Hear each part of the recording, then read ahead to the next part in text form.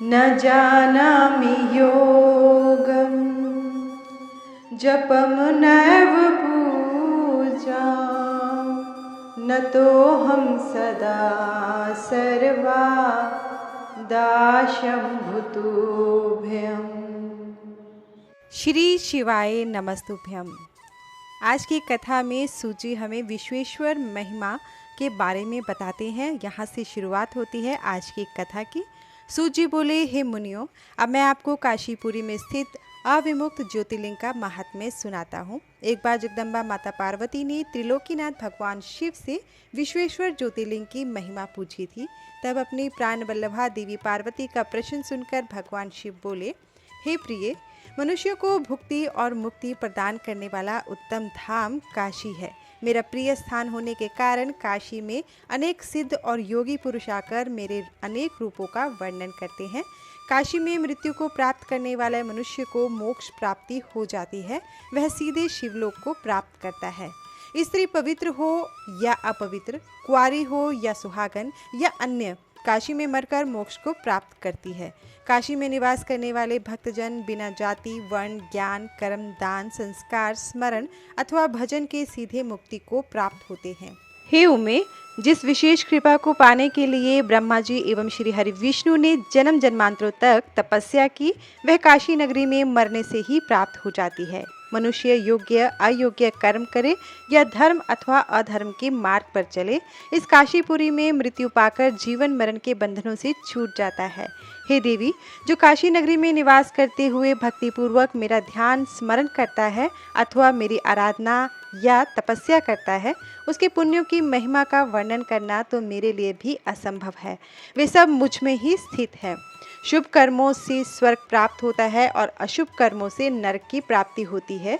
हमारे द्वारा किए गए शुभ और अशुभ कर्मों से ही जीवन मरण निश्चित होता है तथा सुख की प्राप्ति होती है। पार्वती, 3 प्रकार के कर्म होते हैं। पहला, पहले जन्म के किए गए कर्म संचित होते हैं। दूसरा, इस जन्म में किए हुए क्रियमाण हैं। और तीसरा, दोनों के द्वारा मिल रहा फल जो शरीर में भोगे जा रहे हैं।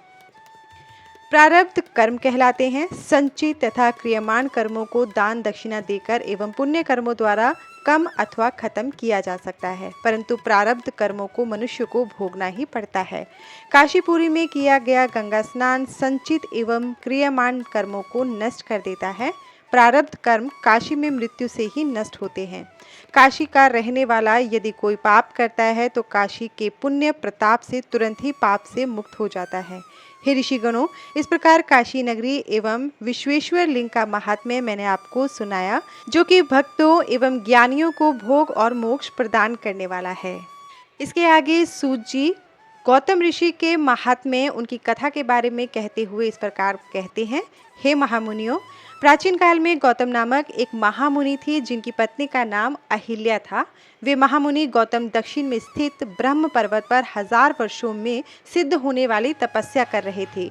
उस समय लगभग 100 वर्षों से वर्षा नहीं हुई थी, जिससे सूखा पड़ा हुआ था। पीने के लिए जल भी उपलब्ध नहीं था। सारे वृक्ष पौधे आदि सभी वनस्पतियां सूख चुकी थी। उस समय आए इस संकट से मुक्ति दिलाने हेतु बहुत से ऋषि मुनियों ने समाधि ले ली थी। तब गौतम ऋषि ने इस वर्षा के संकट को दूर करने हेतु वर्षा के देव वरुण को प्रसन्न करने के लिए उनकी तपस्या करनी आरंभ की। गौतम ऋषि ने 6 महीने तक वरुण देव की घोर तपस्या की, जिससे वरुण देवता प्रसन्न हुए और गौतम ऋषि को साक्षात दर्शन दिए। वरुण देव बोले, हे गौतम ऋषि, मैं आपकी उत्तम भक्ति भावना से की गई तपस्या से बहुत संतुष्ट हुआ हूँ। मांगो, क्या वर मांगना चाहते हो? तब वरुण देव का प्रश्न सुनकर महर्षि गौतम बोले, हे वरुण देव, आप तो सर्वज्ञाता हैं। भगवान, आप जानते ही हैं कि वर्षा न होने के कारण संसार के सभी चराचर प्राणी व्याकुल हैं। इसलिए सबकी परेशानियों एवं दुखों को दूर करने के लिए मैं चाहता हूँ कि वर्षा हो जाए। महर्षि गौतम के वर को सुनकर वरुण देव बोले, मैं तो इस जगत के ईश्वर कल्याणकारी भगवान शिव के अधीन हूँ और उन्हीं की आज्ञा और प्रेरणा के फलस्वरूप कार्य करता हूँ। इसलिए इस वरदान को तो सर्वेश्वर शिव ही दे सकते हैं। अतः आप मुझसे कुछ और मांग लें। तब महर्षि गौतम बोले, प्रभु, आप मुझे जलदान दीजिए। इससे बड़ा और कोई पुण्य नहीं है और इसे कोई नष्ट भी नहीं कर सकता। तब गौतम जी की विनती को स्वीकार करते हुए वरुण देव बोले कि आप एक गड्ढा खोदें, मैं उसे जल से भर दूंगा और उस गड्ढे का जल कभी भी खाली नहीं होगा और इसके लिए तुम्हारा नाम भी संसार में प्रसिद्ध हो जाएगा। वरुण देव की आज्ञा मानते हुए महर्षि गौतम ने तुरंत एक हाथ लंबा और चौड़ा गड्ढा खोद दिया। तब वरुण देव ने उसे जल से भर दिया और महर्षि गौतम से बोले, हे महामुनि, इस स्थान पर किए गए सभी कर्म, दान, हवन, देव पूजन, तपस्या, पितृश्राद्ध आदि सब सफल होंगे। यह कहकर वरुण देव अंतर्धान हो गए। तब गौतम ऋषि बहुत प्रसन्न हो गए कि सबके संकटों को दूर उन्होंने कर दिया। इसलिए कहते हैं कि संकट के समय बड़ों की शरण में जाने से दुखों से मुक्ति मिलती है। इस प्रकार महर्षि गौतम इच्छित वर पाकर खुश हो एवं स्नान आदि नित्य कर्मों से निवृत्त होकर जौ आदि अन्न पैदा करने लगे। उस जल से सींच कर उन्होंने मुरझाए हुए वृक्षों एवं पौधों को पुनः लहलहा दिया। उस स्थान को छोड़कर चले गए सभी जीव पुनः लौट आए। महर्षि गौतम की परम कृपा से यह स्थान रिद्धि सिद्धियों से युक्त एवं सभी मनुष्यों के लिए कल्याणकारी एवं सुखदायक हुआ। इसके आगे सूत जी महर्षि गौतम को गो हत्या का जो दोष लगा उसकी कथा सुनाते हुए इस प्रकार कहते हैं, हे मुनियों, एक बार की बात है, महर्षि गौतम ने अपने शिष्यों को कमंडल में जल लाने के लिए भेजा। जब शिष्य जल लेने उस गड्ढे पर गए तो उस समय वहां कुछ ऋषि पत्नियां जल भरने आई हुई थी। उन्होंने गौतम ऋषि के शिष्यों को डांटकर बिना जल दिए ही वहां से भगा दिया। आश्रम जाकर शिष्यों ने सारी बातें गुरु की पत्नी देवी अहिल्या को बता दी। तब देवी अहिल्या स्वयं जल भरने गई और जल लाकर अपने पति को दिया। उस दिन से स्वयं अहिल्या ही जल लेने जाने लगी। एक दिन अन्य ऋषि पत्नियों ने जानबूझकर अहिल्या से लड़ना आरंभ कर दिया और अपने घर आकर अपने पतियों से अहिल्या की झूठी शिकायत कर दी कि वह हमें जल भरने देने से मना करती है और कहती है कि यह जल तो मेरे पति को वरदान स्वरूप वरुण देव से प्राप्त हुआ है। अपनी पत्नियों की बातें सुनकर ऋषियों को बहुत क्रोध आया। गौतम ऋषि को सबक सिखाने के लिए अन्य ऋषियों ने गणपति की आराधना आरंभ कर दी। उनके पूजन से प्रसन्न होकर गणपति प्रकट हुए और वर देने के लिए कहने लगे। तब ऋषि बोले, हे विघ्न विनाशक गणपति, हम चाहते हैं कि गौतम ऋषि यहाँ से आश्रम छोड़कर किसी दूसरे स्थान चले जाएं। उनके यह वचन सुनकर गणेश जी बोले, गौतम ऋषि ने तो कोई अपराध नहीं किया है कि आप उनका बुरा क्यों चाहते हैं। आप कोई और वरदान मांग लीजिए। परंतु जब ऋषि नहीं माने तो उनका इच्छित वरदान देकर गणेश जी वहां से अंतर्धान हो गए। गणेश जी ने अपना दिया वरदान सिद्ध करने के लिए एक गाय का रूप धारण किया और गौतम जी द्वारा लगाए गए जौ खाने उसके खेत में चली गई। जब महर्षि गौतम ने देखा कि वह गाय उनका खेत नष्ट कर रही है तो स्वयं एक तिनका हाथ में लेकर उसे बाहर निकालने लगे। उस तिनके से पीड़ित होकर गाय धरती पर गिरी और मर गई। गाय को मरा जानकर गौतम ऋषि बहुत दुखी हुए। वे अपनी पत्नी से कहने लगी कि शायद मुझसे कोई भारी भूल हो गई जिस कारण मेरे आराध्य भगवान शिव मुझसे नाराज हो गए हैं और मुझ पर गो हत्या का पाप लग गया। उसी समय वहां अन्य ऋषि भी आ गए जो गौतम ऋषि से बैर रखते थे। उन्होंने महर्षि गौतम, उनकी पत्नी और शिष्यों को भला बुरा कहकर वहां से निकल जाने के लिए मजबूर किया तो वे सब उस स्थान को छोड़कर वहां से चलने लगे। उन्होंने उन ऋषियों से पूछा कि मेरे द्वारा की गई इस गो हत्या का क्या प्रायश्चित होगा। तब वे ऋषि बोले, पतित पावनी गंगा में स्नान करने से मनुष्य के सारे पाप धुल जाते हैं, इसलिए अपने द्वारा की गई गो हत्या के प्रायश्चित से मुक्त होने के लिए आप गंगा जी को प्रकट कर उसमें स्नान करें और भगवान शिव के पार्थिव लिंग की स्थापना कर उसका भक्तिपूर्वक विधि विधान से पूजन करें। तभी आप इस महापाप से मुक्ति पा सकेंगे। अन्य ऋषियों के पश्चाताप का मार्ग पूछकर गौतम ऋषि अपनी पत्नी और शिष्यों को साथ लेकर वहां से दूर चले गए। सूत जी गौतमी गंगा के प्राकट्य की कथा का वर्णन करते हुए इस प्रकार कहते हैं, हे ऋषिगणों, महर्षि गौतम देवी अहिल्या एवं अपने अन्य शिष्यों को साथ लेकर किसी अन्य जगह पर आश्रम बनाकर रहने लगे। सर्वप्रथम गौतम ऋषि ने ब्रह्मगिरी पर्वत की परिक्रमा की, फिर भगवान शिव के पार्थिव लिंग की स्थापना कर उसका पूजन करने लगे। पति पत्नी की उत्तम आराधना एवं भक्ति भाव से प्रसन्न होकर भगवान शिव ने उन्हें दर्शन दिए। अपने आराध्य को अपने सामने पाकर गौतम ऋषि व अहिल्या बहुत प्रसन्न हुए और उनको प्रणाम कर उनकी स्तुति करने लगे। तब भगवान शिव बोले, हे महर्षि, हे देवी, मैं आपकी पूजा से प्रसन्न हूँ, मांगिए क्या वर मांगना चाहते हैं। भगवान शिव के वचन सुनकर ऋषि गौतम बोले, भगवान, मुझ पर कृपा करके मुझे गो हत्या के पाप से बचा लीजिए। तब शिव जी बोले, आपसे कोई अपराध नहीं हुआ है, वह सब तो उन दुष्ट दुराचारियों द्वारा रची गई माया थी, आप तो निर्दोष हैं। यह सुनकर महर्षि के सारे दुख दूर हो गए। तब उन्होंने शिव जी से कहा कि भगवान, मुझ पर कृपा करके पतित पावनी गंगा जी को यहाँ प्रकट करें, जिससे सभी प्राणियों का कल्याण हो सके। गौतम ऋषि की प्रार्थना सुनकर शिव जी ने उन्हें गंगा जल दिया। वही गंगा जल श्री गंगा जी का स्त्री रूप बन गया। तब गौतम जी ने उन्हें प्रणाम कर उनकी स्तुति की। गौतम ऋषि बोले, हे मातेश्वरी, हे पतित पावनी गंगे, मैं आपको प्रणाम करता हूँ। आप पापों का खंडन करने वाली एवं अपनी शरण में आए भक्तों को मुक्ति देने वाली हैं। मैं हाथ जोड़े आपकी शरण में आया हूँ। आप मेरे पापों को नष्ट करके मुझे नरक में जाने से बचा दो। तब उनकी स्तुति से प्रसन्न होकर गंगा जी ने उनके पापों को अपने निर्मल जल से धो दिया। फिर वे वहां से जाने के लिए सर्वेश्वर शिव से आज्ञा मांगने लगी। तब शिव जी बोले, हे गंगे, आप पापों का नाश करने वाली हैं, इसलिए लोक कल्याण के लिए यहीं पृथ्वी पर विराजे। हे कल्याणी, आपको कलयुग में 28वें मनवंतर के समाप्त होने तक यहीं पृथ्वी लोक पर निवास करना होगा और सच्चे मन एवं भक्ति भावना से अपने जल में स्नान करने वाले श्रद्धालुओं को पाप से मुक्त करना होगा। कलयुग में पापों को नष्ट करने का यही एक साधन होगा। श्रद्धापूर्वक आपके दर्शन करने वालों के पापों का क्षय भी आप करेंगी।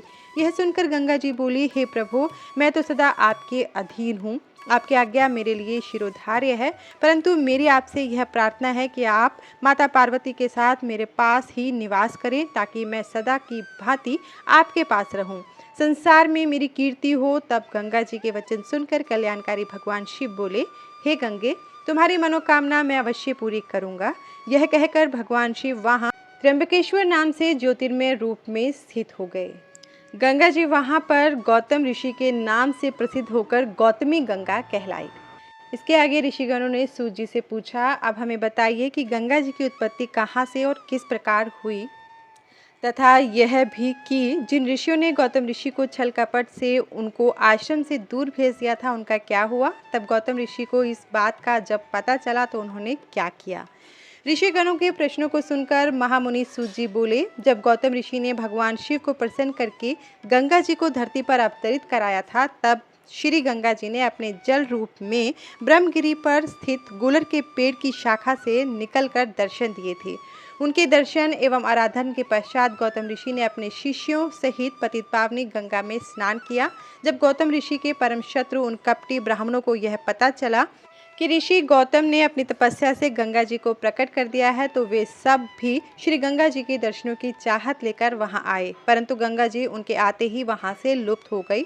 यह देखकर गौतम जी को बहुत आश्चर्य हुआ और उन्होंने श्री गंगा जी से प्रार्थना की, हे मातेश्वरी, आप जगत का कल्याण करने हेतु यहाँ प्रकट हुई है, इसलिए आप सबको भी अपने दर्शनों से कृतार्थ कीजिए। माते, मेरी तपस्या के प्रभाव से इन लोगों को भी दर्शन दें। गौतम ऋषि के चुप होते ही आकाशवाणी हुई, मुनि, ये लोग छल कपट करने वाले हैं और सदा दुराचार करते हैं, इसलिए ये मेरे दर्शन के अधिकारी नहीं हैं। जब तक ये अपने पापों का प्रायश्चित नहीं करते, तब तक इन्हें मैं दर्शन नहीं दूंगी। मेरे दर्शन करने के लिए इन्हें ब्रह्मगिरी की 101 परिक्रमा करनी पड़ेगी। यह कहकर आकाशवाणी चुप हो गई। आकाशवाणी सुनकर वे सभी कपटी ऋषि पछताने लगे और क्षमा याचना करने लगे। तब उन्होंने आकाशवाणी के अनुसार ब्रह्मगिरी की 101 परिक्रमा की। तत्पश्चात श्री गंगा जी ने उन्हें दर्शन दिए। उस दिन से वह स्थान कुशावर्त नाम से प्रसिद्ध हुआ। ऋषियों ने पुनः सूत जी से पूछा, हे सूत जी, हमने तो सुना है कि गौतम ऋषि ने उन कपटियों को श्राप दे दिया था, क्या यह सही बात है? इस विषय में बताइए। तब सूत जी बोले, हे महामुनियों, आपने सही सुना था। गौतम ऋषि परम ज्ञानी और भगवान शिव के परम भक्त थे। जब उन्होंने शांत हृदय से ध्यान लगाया तो वे सब कुछ जान गए कि वह गाय जिसकी हत्या का पाप उन पर लगाया गया था बनावटी थी और उन सब ऋषियों ने मिलकर यह चाल चली थी। यह सब जानकर गौतम ऋषि क्रोधित हो उठे। तब उन्होंने उन कपटी ऋषियों को विद्या रहित, भक्तिहीन और अधर्मी हो जाने का श्राप दे दिया था। उन्हें शिवजी की भक्ति से विमुख होने का श्राप दिया और फिर वे स्वयं अपने आश्रम में जाकर त्रिलोकीनाथ भगवान शिव की आराधना करने लगे। दूसरी ओर वे ऋषिगण शिव धर्म से विमुख होकर कांची नामक नगरी में चले गए। इसके आगे सूत जी वैद्यनाथेश्वर शिव का महात्म्य सुनाते हुए इस प्रकार बोलते हैं, हे ब्राह्मणों, अब मैं वैद्यनाथेश्वर ज्योतिर्लिंग का पापहारी महात्म्य बताता हूँ। एक बार लंकापति रावण ने भगवान शिव को प्रसन्न करने के लिए उनकी भक्ति भावना से आराधना की थी। रावण ने कैलाश पर्वत पर शिव जी की बहुत तपस्या की, परंतु भगवान शिव प्रसन्न नहीं हुए। तब रावण पास में स्थित वन में चला गया और वहां एक बड़ा सा गड्ढा खोदकर उसमें अग्नि प्रज्वलित की। वहीं पास में उसने शिव जी की प्रतिमा स्थापित कर दी। फिर उसने त्रिलोकीनाथ को प्रसन्न करने हेतु कठोर तपस्या आरंभ कर दी। गर्मी में 5 ओर अग्नि से घिर कर, तो वर्षा में खुले आसमान के नीचे, सर्दियों में जल के भीतर खड़े रहकर कठिन तपस्या की। फिर भी शिवजी प्रसन्न नहीं हुए। तब राक्षसराज रावण ने अग्नि में अपने सिर को काटकर भेंट करना शुरू कर दिया। इस प्रकार एक एक करके रावण ने अपने 9 सिर अग्नि को भेंट कर दिए। परंतु जब 10वीं बार रावण अपना सिर चढ़ाने को उन्मुख हुआ तो शिवजी प्रकट हो गए। शिवजी के साक्षात दर्शन पाकर रावण बहुत प्रसन्न हुआ और उनकी अनेकों प्रकार से स्तुति करने लगा। तब शिवजी बोले, हे राक्षस राज, मांगो, क्या मांगना चाहते हो? तब रावण बोला, हे देवादिदेव महादेव जी, मैं आपको नमस्कार करता हूँ। भगवान, यदि आप मेरी तपस्या से संतुष्ट हैं तो मुझ पर कृपा करके मेरे साथ लंका चलकर रहें और मेरे आतिथ्य को स्वीकार करें। प्रभु, मैं आपकी शरण में आया हूँ, कृपा कर मेरे मनोरथों को पूर्ण कीजिए। रावण के वचन सुनकर शिवजी आश्चर्य में पड़ गए। तब उन्होंने सर्वप्रथम रावण को पूर्व की भांति निरोग किया और उसे अतुल बल प्रदान किया। तत्पश्चात उन्होंने रावण को अपना ज्योतिर्मय लिंग प्रदान किया और कहा कि मैं इस शिवलिंग में ज्योतिर्मय रूप में स्थित हूँ, इसलिए तुम इसे अपने स्थान पर ले जाओ। पर एक बात का ध्यान रखना कि इसे रास्ते में कहीं भी भूमि पर न रखना, अन्यथा तुम इसे आगे नहीं ले जा सकोगे और यह वहीं स्थित हो जाएगा। तब भगवान शिव का आशीर्वाद एवं शिवलिंग लेकर राक्षस राज रावण वहां से अपने घर लंका की ओर चल दिया। रास्ते में शिवजी की माया से रावण को लघुशंका की इच्छा हुई और वह शिवलिंग एक ग्वाले को पकड़ाकर चला गया। ग्वाले ने थोड़ी देर तक तो शिवलिंग पकड़े रखा, परंतु अधिक भारी होने के कारण उसने शिवलिंग को जमीन पर रख दिया। फिर तो वह शिवलिंग वहीं पर स्थित हो गया। इस संसार में वैद्यनाथेश्वर के नाम से प्रसिद्ध हुआ। इसके दर्शनों से सभी अभिष्ट कार्यों की सिद्धि होती है व पापों का नाश होता है। यह सत्पुरुषों को भोग और मोक्ष देने वाला है। जब रावण को वापस आने पर यह ज्ञात हुआ कि शिवलिंग वहीं स्थित हो गया है, तो वह दर्शन के पश्चात लंका लौट गया। लंका पहुंचकर रावण ने शिवजी से वर प्राप्ति की सभी बातें अपनी प्रिया मंदोदरी को बताई। उधर सब देवताओं को जब यह ज्ञात हुआ कि भगवान शिव के ज्योतिर्लिंग की स्थापना हो गई है, तो सबने वहां आकर विधिवत शिवलिंग का दर्शन व पूजन किया। परंतु रावण के वरदान प्राप्ति के विषय में सुनकर देवता घबरा उठे। तब उन्होंने देवऋषि नारद को लंकापति के पास भेजा। नारद जी रावण के पास गए और बोले, हे राक्षस राज, आपको भगवान शिव ने बलशाली होने का वर प्रदान किया है, परंतु आपने अपने बल की परीक्षा तो की ही नहीं, इसलिए आपको कैलाश पर्वत को ही हिलाकर अपने बल व पराक्रम की परीक्षा करनी चाहिए। तब रावण कैलाश पर्वत के निकट पहुंचकर उसे उखाड़ने की कोशिश करने लगा, जिससे कैलाश पर्वत डोलने लगा। यह देखकर शिवजी बोले, यह पर्वत क्यों हिल रहा है? तब देवी पार्वती व्यंग्य करती हुई बोली, हे देव, आपके शिष्य अपने गुरु की सेवा कर रहे हैं। यह जानकर राक्षस राज रावण कैलाश पर्वत को हिला रहा है, महादेव जी को क्रोध आ गया। वे रावण को श्राप देते हुए बोले, हे दुर्बुद्धि रावण, तू बल पाकर घमंडी हो गया है और मेरे ही निवास स्थान पर अपने बल का प्रयोग कर रहा है। मैं तुझे श्राप देता हूँ कि तेरा घमंड नष्ट हो जाएगा और तेरी इन भुजाओं को काटने वाला पुरुष शीघ्र ही प्रकट होगा। यह सुनकर रावण को कोई दुख नहीं हुआ और वह प्रसन्न मन से लंका लौट आया। उसने मन ही मन त्रिलोक को अपने वश में करने की प्रतिज्ञा कर ली। मैंने आपको वैद्यनाथेश्वर नामक शिवलिंग का महात्म्य सुनाया, जो कि मनुष्य के समस्त पापों का नाश करने वाला तथा शिवलोक की प्राप्ति कराने वाला है। इसके आगे सूत जी कहते हैं, दारुका राक्षसी और राक्षसों के उपद्रव की कथा। हे ब्राह्मणों, प्राचीन समय में एक राक्षस था जिसका नाम दारुक और उसकी पत्नी का नाम दारुका था। वे दोनों पश्चिम में स्थित सुंदर वन में रहा करते थे, जो कि समुद्र से बहुत नजदीक था। वह वन 64 कोस लंबा और चौड़ा था। वहां के रहने वाले मनुष्य उन दोनों राक्षस राक्षसी के अत्याचारों से बहुत दुखी रहते थे। एक दिन वे सभी ऋषि और के पास पहुंचे और उन्हें अपना दुख सुनाया तथा प्रार्थना की, हम आपकी शरण में आए हैं, हमारी रक्षा कीजिए। तब उनकी प्रार्थना सुनकर ऋषि और बोले, आप लोग इस प्रकार चिंतित न हो। अधर्मियों का नाश अवश्य ही होता है। उन्हें धैर्य देकर ऋषि ने वहां वापस भेज दिया। फिर स्वयं तपस्या करने लगे ताकि संसार का कल्याण हो। उधर दानवों से तंग आकर देवताओं ने उन पर आक्रमण कर दिया। देवताओं और दानवों के बीच बड़ा भयानक युद्ध होने लगा। हजारों राक्षसों को देवताओं ने अपने प्रहारों से मार गिराया। राक्षसों को इस प्रकार प्रताड़ित होता देखकर दारुका को अपना वर याद आ गया। उसने राक्षसों से कहा कि आप लोग इस प्रकार भयभीत न हो, मैं आपका भय अवश्य ही दूर करूंगी। यह कहकर दारुका ने राक्षसों की उस नगरी को उठाकर समुद्र के मध्य में स्थित कर दिया। अब सारे राक्षसों को भय से मुक्ति मिल गई। एक दिन दारुका घूमती हुई पुनः पृथ्वी पर आ गई। तब उसने देखा कि एक डोंगी में बहुत से मनुष्य बैठकर समुद्र की ओर से पृथ्वी पर आ रहे हैं। दारुका ने जाकर राक्षसों को सूचना दी कि असंख्य मनुष्य समुद्र में हैं। राक्षसों ने उन मनुष्यों को पकड़कर अपने जेल खाने में कैद कर लिया। उन मनुष्यों में एक सुप्रिय नामक बनिया भी था जो भगवान शिव का परम भक्त था। उसने कारावास में ही भगवान शिव का पार्थिव लिंग स्थापित किया और उसकी विधि पूर्वक पूजा आराधना करनी प्रारंभ कर दी। उसे शिव जी का पूजन करते देखकर अन्य मनुष्य भी उसके साथ शिव जी की आराधना करने लगे। भगवान शिव की पूजा करते करते काफी समय व्यतीत हो गया। राक्षस उन्हें हैरानी से देखते पर उनकी समझ में नहीं आता कि वे किसकी पूजा कर रहे हैं। तब एक दिन सुप्रिय को भगवान शिव का पूजन करते हुए दारुक के किसी दूत ने देख लिया और जाकर दारुक को बता दिया। यह जानकर दुष्ट दारुक जेल में गया और सुप्रिय से बोला, बनिए सच बता कि तू किस देवता की पूजा कर रहा है, अन्यथा मैं तुम्हें मार डालूंगा। बहुत पूछने पर भी जब सुप्रिय ने कुछ नहीं बताया तो क्रोधित होकर राक्षस राज दारुक ने उस बनियों को मारने की आज्ञा दे दी। वह परम शिव भक्त हाथ जोड़े आंखें मूंद कर अपने आराध्य भगवान शिव का ध्यान कर उनसे मन में रक्षा करने की प्रार्थना करने लगा। भक्तवत्सल भगवान शिव अपने भक्त की पुकार सुनकर तुरंत वहां प्रकट हो गए। अपने भक्त की ओर बढ़ते उन राक्षसों को देखकर भगवान शिव ने पाशुपत अस्त्र उठा लिया और उन राक्षसों को एक पल में ही उन सबका नाश कर दिया। राक्षसों का नाश करने के बाद भगवान शिव बोले, हे सुप्रिय, आज से यह वन राक्षसों से मुक्त हुआ। अब तुम सब सदा के लिए निर्भय हो जाओ। अब इस वन में धर्म का मार्ग पर चलने वाले ब्राह्मण, क्षत्रिय, वैश्य, शूद्र आदि भी निवास करेंगे। इन्हीं के साथ मेरे परम भक्त भी इस वन की शोभा बढ़ाएंगे।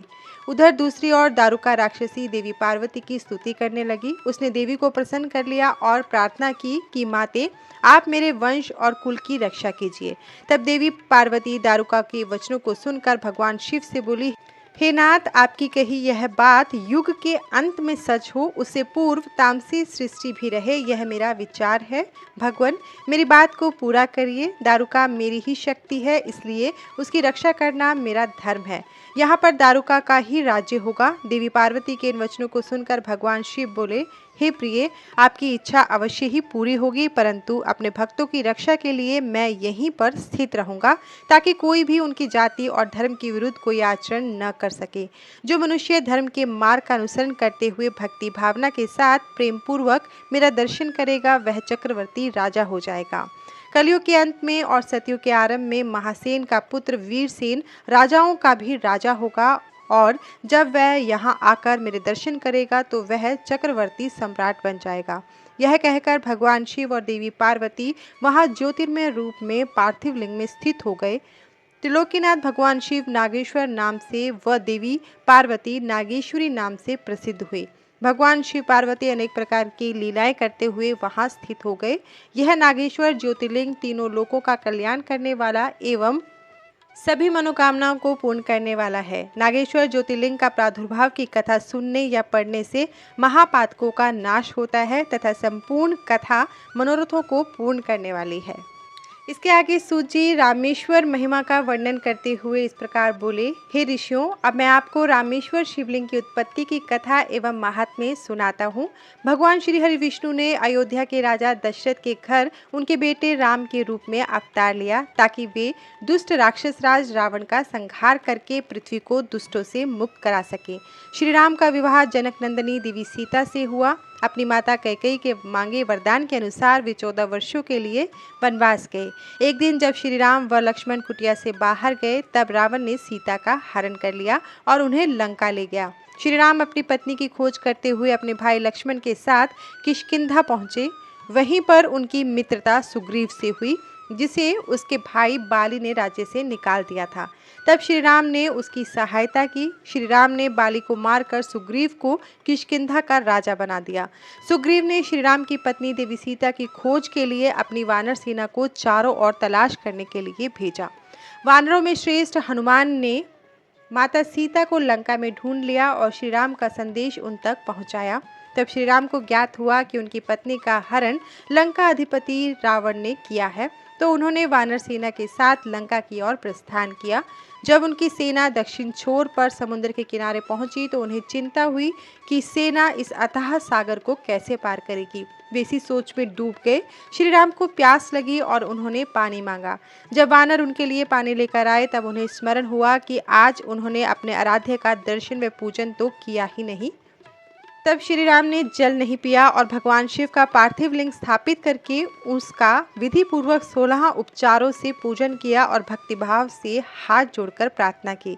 श्री राम बोले, हे देवादिदेव त्रिलोकीनाथ भक्त वत्सल भगवान शिव, मेरी सहायता कीजिए। आपके सहयोग के बिना मेरा कार्य पूर्ण नहीं हो सकता।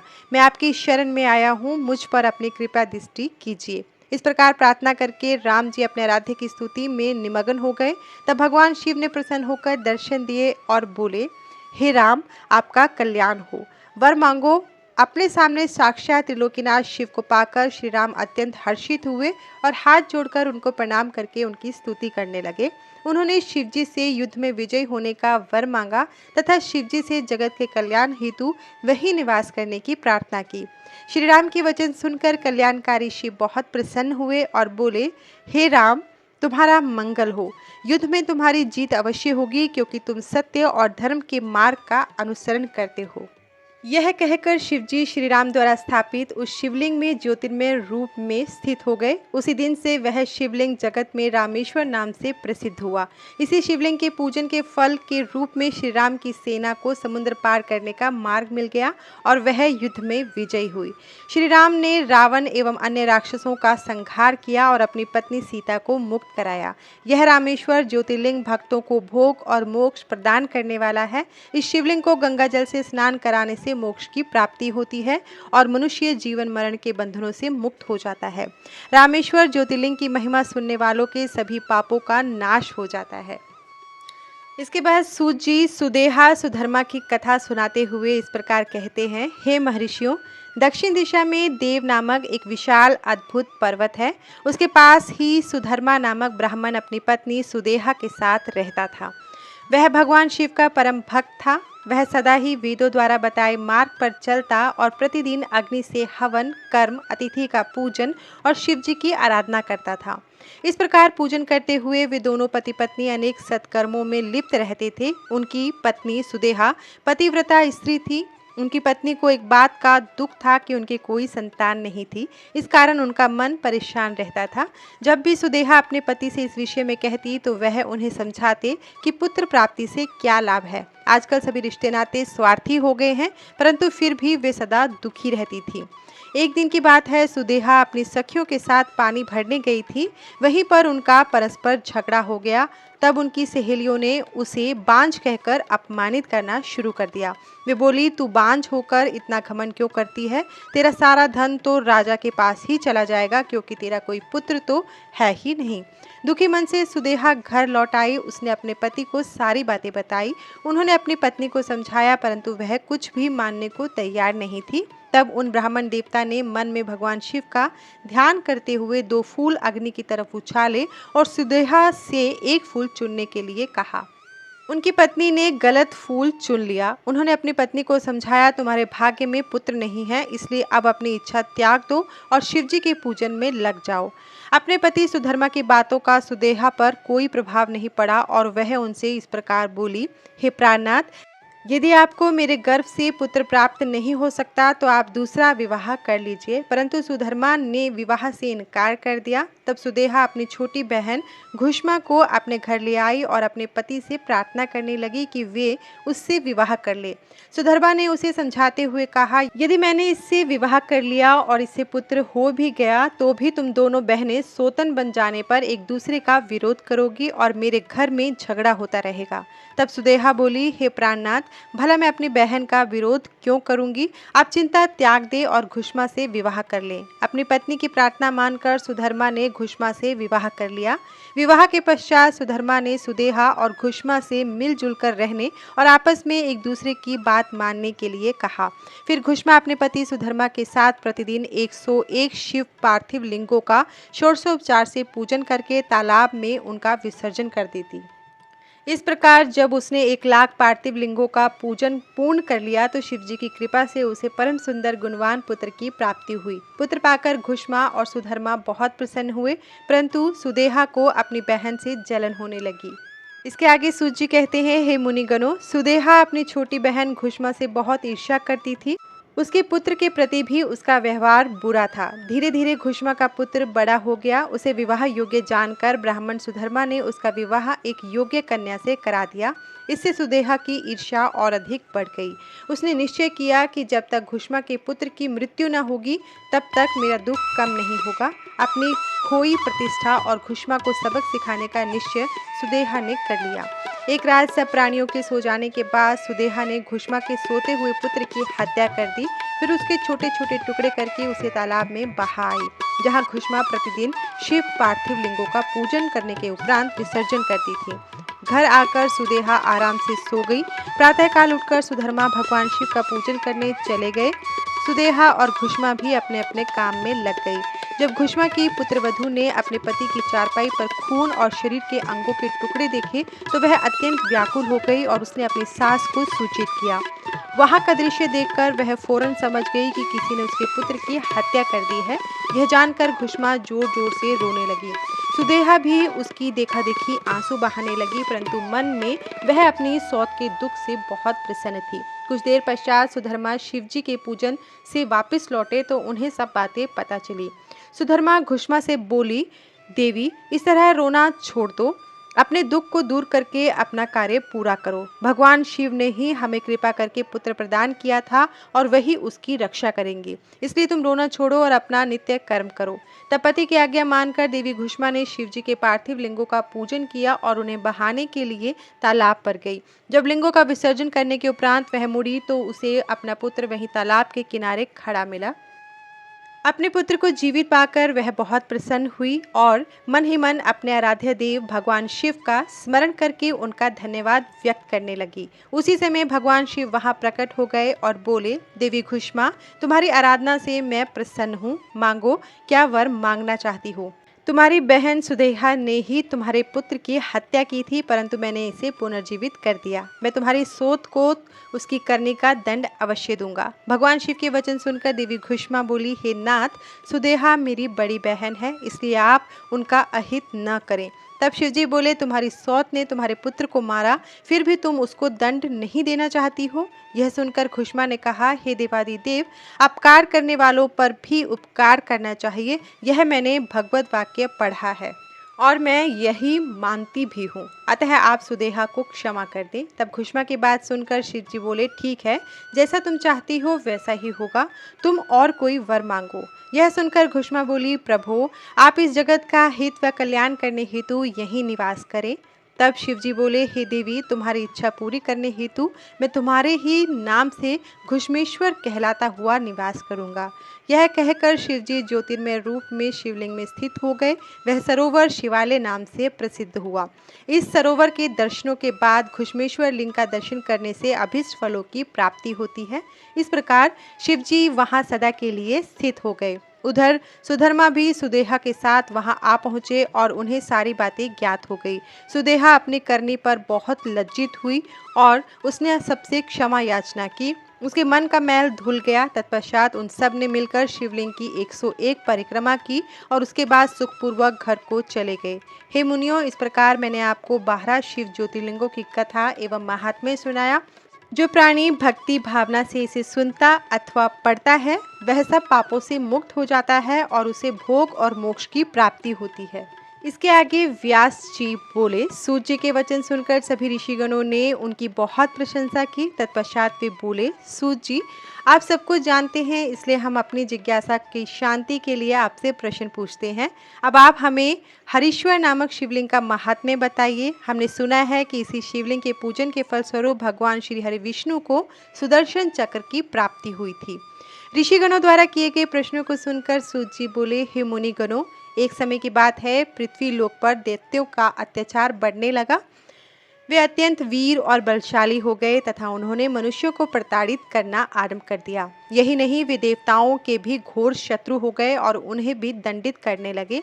संसार से धर्म का लोप होने लगा, क्योंकि दैत्य अधर्मी थे और अन्य मनुष्यों को भी पूजन नहीं करने देते थे। इस प्रकार दुष्ट दैत्यों से दुखी होकर देवता भगवान श्री हरि विष्णु की शरण में गए। उन्होंने विष्णु जी को अपने सारे दुख बताए तथा उनसे दुखों को दूर करने की प्रार्थना की। तब सब देवताओं को समझाकर उन्होंने वापस भेज दिया और स्वयं कैलाश पर्वत पर जाकर भगवान शिव की आराधना करने लगे। भगवान विष्णु ने कैलाश पर्वत पर जाकर सर्वेश्वर शिव का पार्थिव लिंग स्थापित किया और विधि विधान से परमेश्वर शिव की आराधना आरंभ कर दी। श्री हरि ने घोर तपस्या की, फिर भी शिव जी प्रसन्न न हुए। तब उन्होंने देवादिदेव महादेव जी को संतुष्ट करने के लिए शिव जी के सहस्त्र नामों का पाठ आरंभ कर दिया।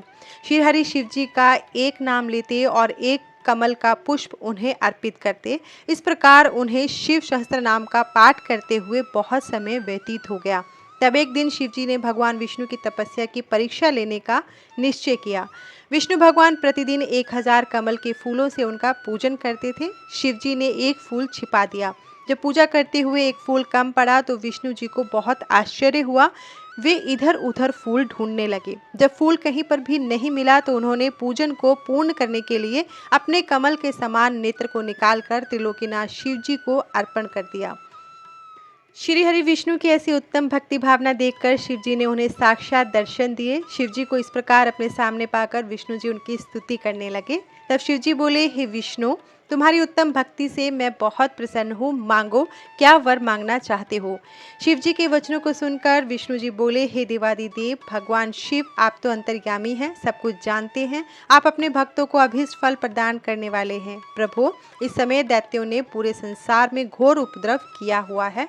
सारे मनुष्य एवं देवता भय से पीड़ित हैं। भगवान, मेरे अस्त्र शस्त्रों से दैत्यों पर काबू नहीं पाया जा सकता, इसलिए मैं आपकी शरण में आया हूँ। शिवजी ने जब विष्णु जी के ऐसे वचन सुने तब उन्हें सुदर्शन चक्र प्रदान किया, जिससे विष्णु जी ने सभी राक्षसों का नाश कर दिया। इस प्रकार सब सुखी हो गए।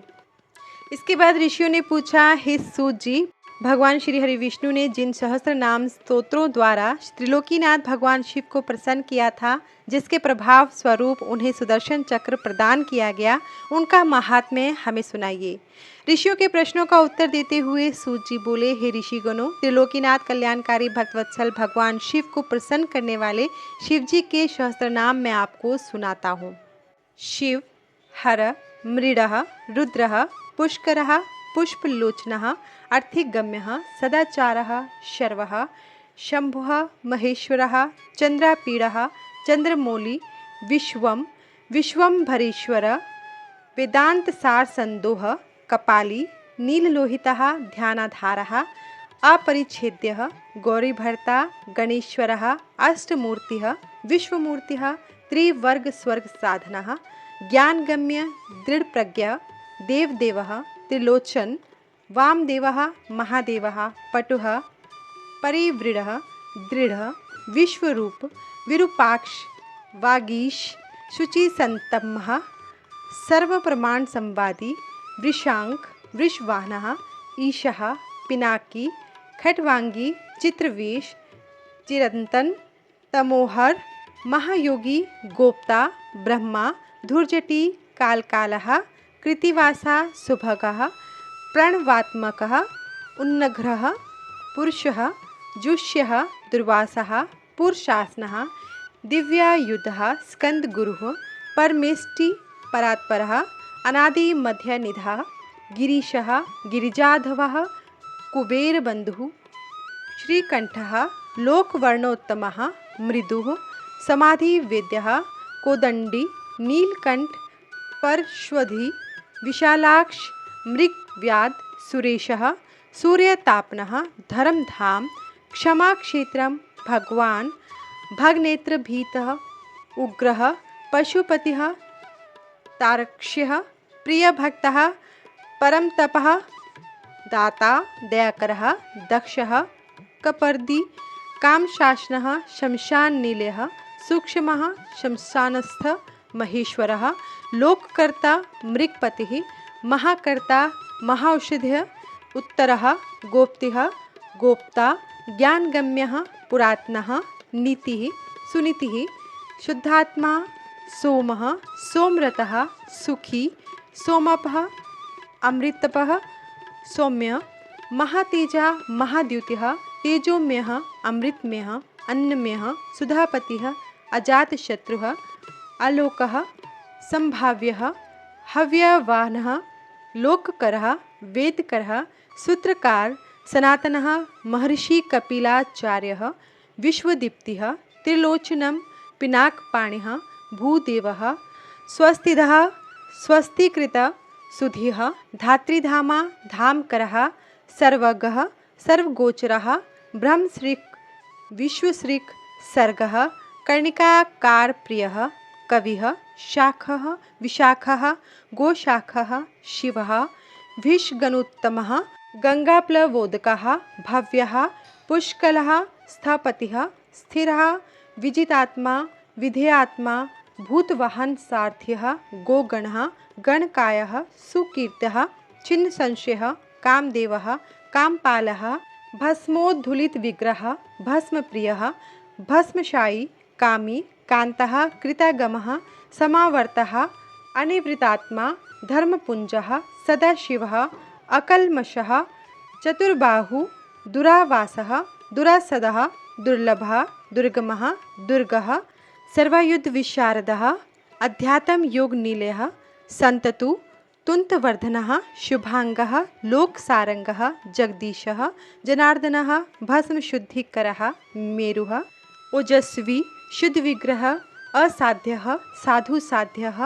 भृत्यमर्कटरूपधृक् हिरण्यरेतः पुराणः रिपुजीवहरः बलिः महाहरद महागर्त सिद्धवृन्दारविन्दितः व्याघ्रचर्मावरः व्याली महाभूतः महानिधिः अमृताश अमृतवपुः पाञ्चजन्यः प्रभजनः पञ्चविंशतितवस्थः पारिजातः परावरः सुलभः सुव्रतः शूर ब्रह्मवेदनिधि निधि वर्णाश्रम गुरु वर्णी शत्रुजीत शत्रुतापनः आश्रमः क्षमापण क्षामः ज्ञानवान अचलेश्वरः प्रमाणभूतः दुर्गेय सुपर्ण वायुवानः धनुर्धरः धनुर्वेदः गुणराशिः गुणाकरः सत्यः सत्यपरः अदीनः धर्मांगः धर्मसाधनः अनन्तदृष्टिः आनन्दः दण्डः दमयिता दमः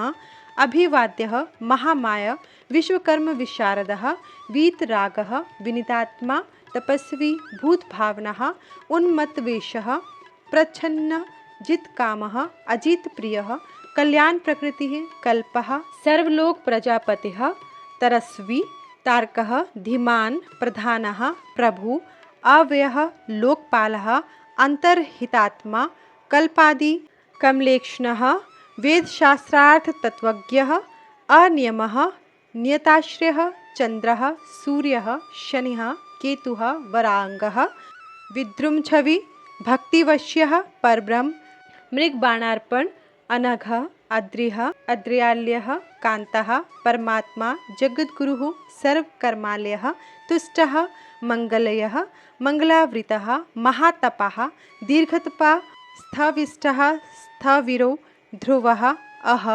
संवत्सरः व्याप्ति प्रमाणं परम तापः संवत्सरकरः मंत्र प्रत्यय सर्वदर्शिनः अजः सर्वेश्वर सिद्धः महारेतः महाबल योगी योग्यः महातेजा सिद्धि सर्वादि अग्रह वसुः वसुमनः सत्यः सर्वपापहरोहरः सुकीर्तिशोभनः श्रीमान् वेदांग वेदविन्मुनिः भ्राजिष्णुः भोजनमः भोक्ता लोकनाथ दुराधरः अमृतः शाश्वतः शान्तः बाणहस्तः प्रतापवान् कमण्डलुधरः धन्वी अवागमन सुगोचरः अतीन्द्रियो महामायः सर्वावासः चतुष्पथः कालयोगी महानदः महोत्साहो महाबलः महाबुद्धिः महावीर्यः भूतचारी पुरंदरः निशाचरः प्रेतचारी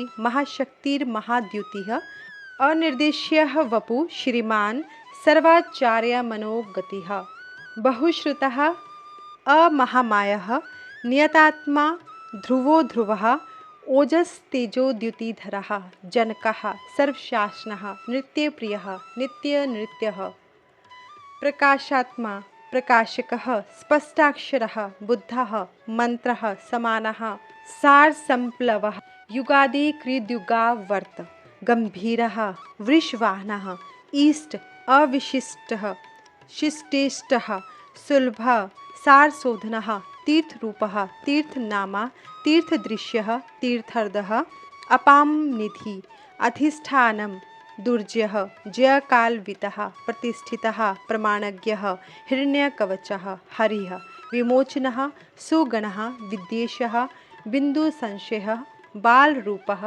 अबलोन्मतः अविकर्ता गहनः गुहः करणं कारणं कर्ता सर्वबन्धन विमोचनः व्यवसायः व्यवस्थानः स्थानदः जगदादिजः गुरुदः ललितः अभेदः भावात्मा आत्मनि संस्थितः वीरेश्वर वीरभद्रः विरासन विधिः विराट वीरचूड़ामणिः वेता चिदानंद नदीधरः आज्ञाधारः त्रिशूली शिपिविष्टः शिवाल्यः वालखिल्य महाचापः तिग्मांशु बधिरः खगः अभिरामः सुशर्णः सुब्रह्मण्य सुधापतिः मघवान् कौशिकः गोमान् विरामः सर्वसाधनः ललाटाक्षः विश्वदेहः सारः संसार चक्रभृता अमोघदण्डः मध्यस्थः हिरण्यः ब्रह्मवर्चसी परमार्थः परोमायी शंबरः व्याघ्रलोचनः रुचि विरचि स्वरबंधु वाचस्पति अहरपतिः रवि विरोचनः स्कंदः शास्ताव्यवस्थो यमः युक्तिरुन्नतकीर्तिः सानुरागः परञ्जयः कैलाश अधिपतिः कान्तः सविता रविलोचनः विद्वत्तम विद्भयः विश्वभर्ता अनिवारितः नित्यः नियतकल्याणः पुण्यश्रवणकीर्तनः दूरश्रवः विश्वसः ध्येयः दुःस्वपन्नाशनः उत्तारणः दुष्कृतिः विज्ञेयः दुस्सह अभवः अनादिः भूर्भुवो लक्ष्मीः किरीटी त्रिदशाधिपः विश्वगोप्ता विश्वकर्ता सुवीरः रुचिरागन्ध जननः जन्मादिः प्रीतिमान् नीतिमान् घुवः वशिष्ठः कश्यपः भानुः भीमः भीमपराक्रमः प्रणवः सत्पथाचारः महाकोशः महाधनः जन्माधिपः महादेवः सकलागमपारगः तत्त्वं तत्त्ववित् एकात्मा विभुः विश्वभूषणः ऋषिः ब्राह्मणः ऐश्वर्यजनं मृत्युजरागितः पंचयज्ञम उत्पत्तिः विश्वेशः विमलोदयः आत्मयोनिः अनाद्यन्तः वत्सलः भक्तलोकधृक् गायत्रीवल्लभः प्रांशु विश्वावासः प्रभाकरः शिशु गिरिरथः सम्राट सुयेशः सुरशत्रुः अमोघहृष्टिनेमिः कुमुदः विगतज्वरः स्वयं ज्योतिस्तनुज्योतिः आत्मज्योतिः अचंचल पिंगलः कपिलशम अश्रुः भालनेत्रः त्रयीतनुः ज्ञानस्कंदो महानितिः विश्वोत्पत्तिः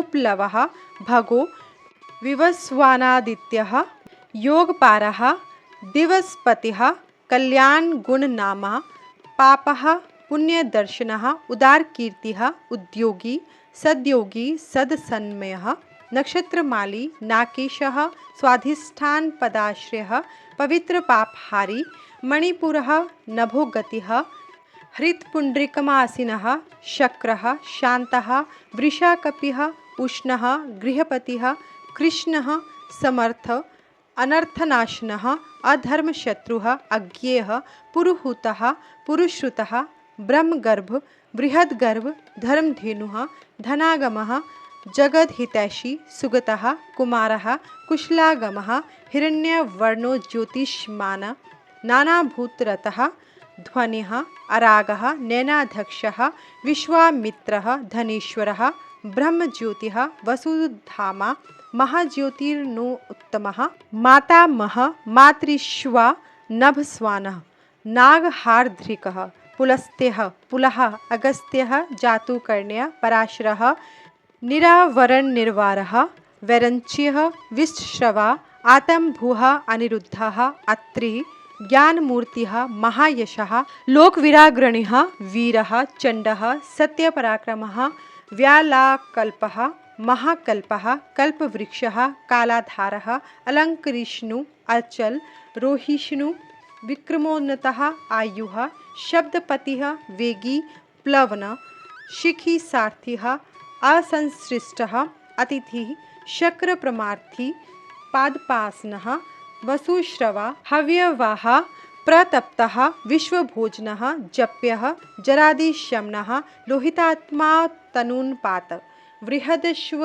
नभो योनिः सुप्रतीकः तमिस्रः निदाघस्तपनः मेघः स्वक्षः परपुञ्जयः सुखानीलः सुनिष्पन्नः सुरभि शिशिरात्मकः वसन्तो माधव ग्रीष्मः नभस्यः बीजवाहना अंगिरा गुरुः आत्रेयः विमलः विश्ववाहनः पावनः सुमतिर्विद्वानः त्रैविद्यः वरवाहनः मनोबुद्धि अहंकारः क्षेत्रज्ञः क्षेत्रपालकः जमदग्निः बलनिधि विगालः विश्वगालवः अघोरः अनुत्तरः यज्ञश्रेष्ठः निःश्रेयस्प्रदः शैल गगनकुन्दाभः दानवारिः अरिदम्बः रजनीजनकश्वचारु निःशल्यः लोकशल्यधृक् चतुर्वेद चतुर्भावः चतुश्चतुप्रियः आम्नायः समाम्नायः तीर्थदेव शिवालयः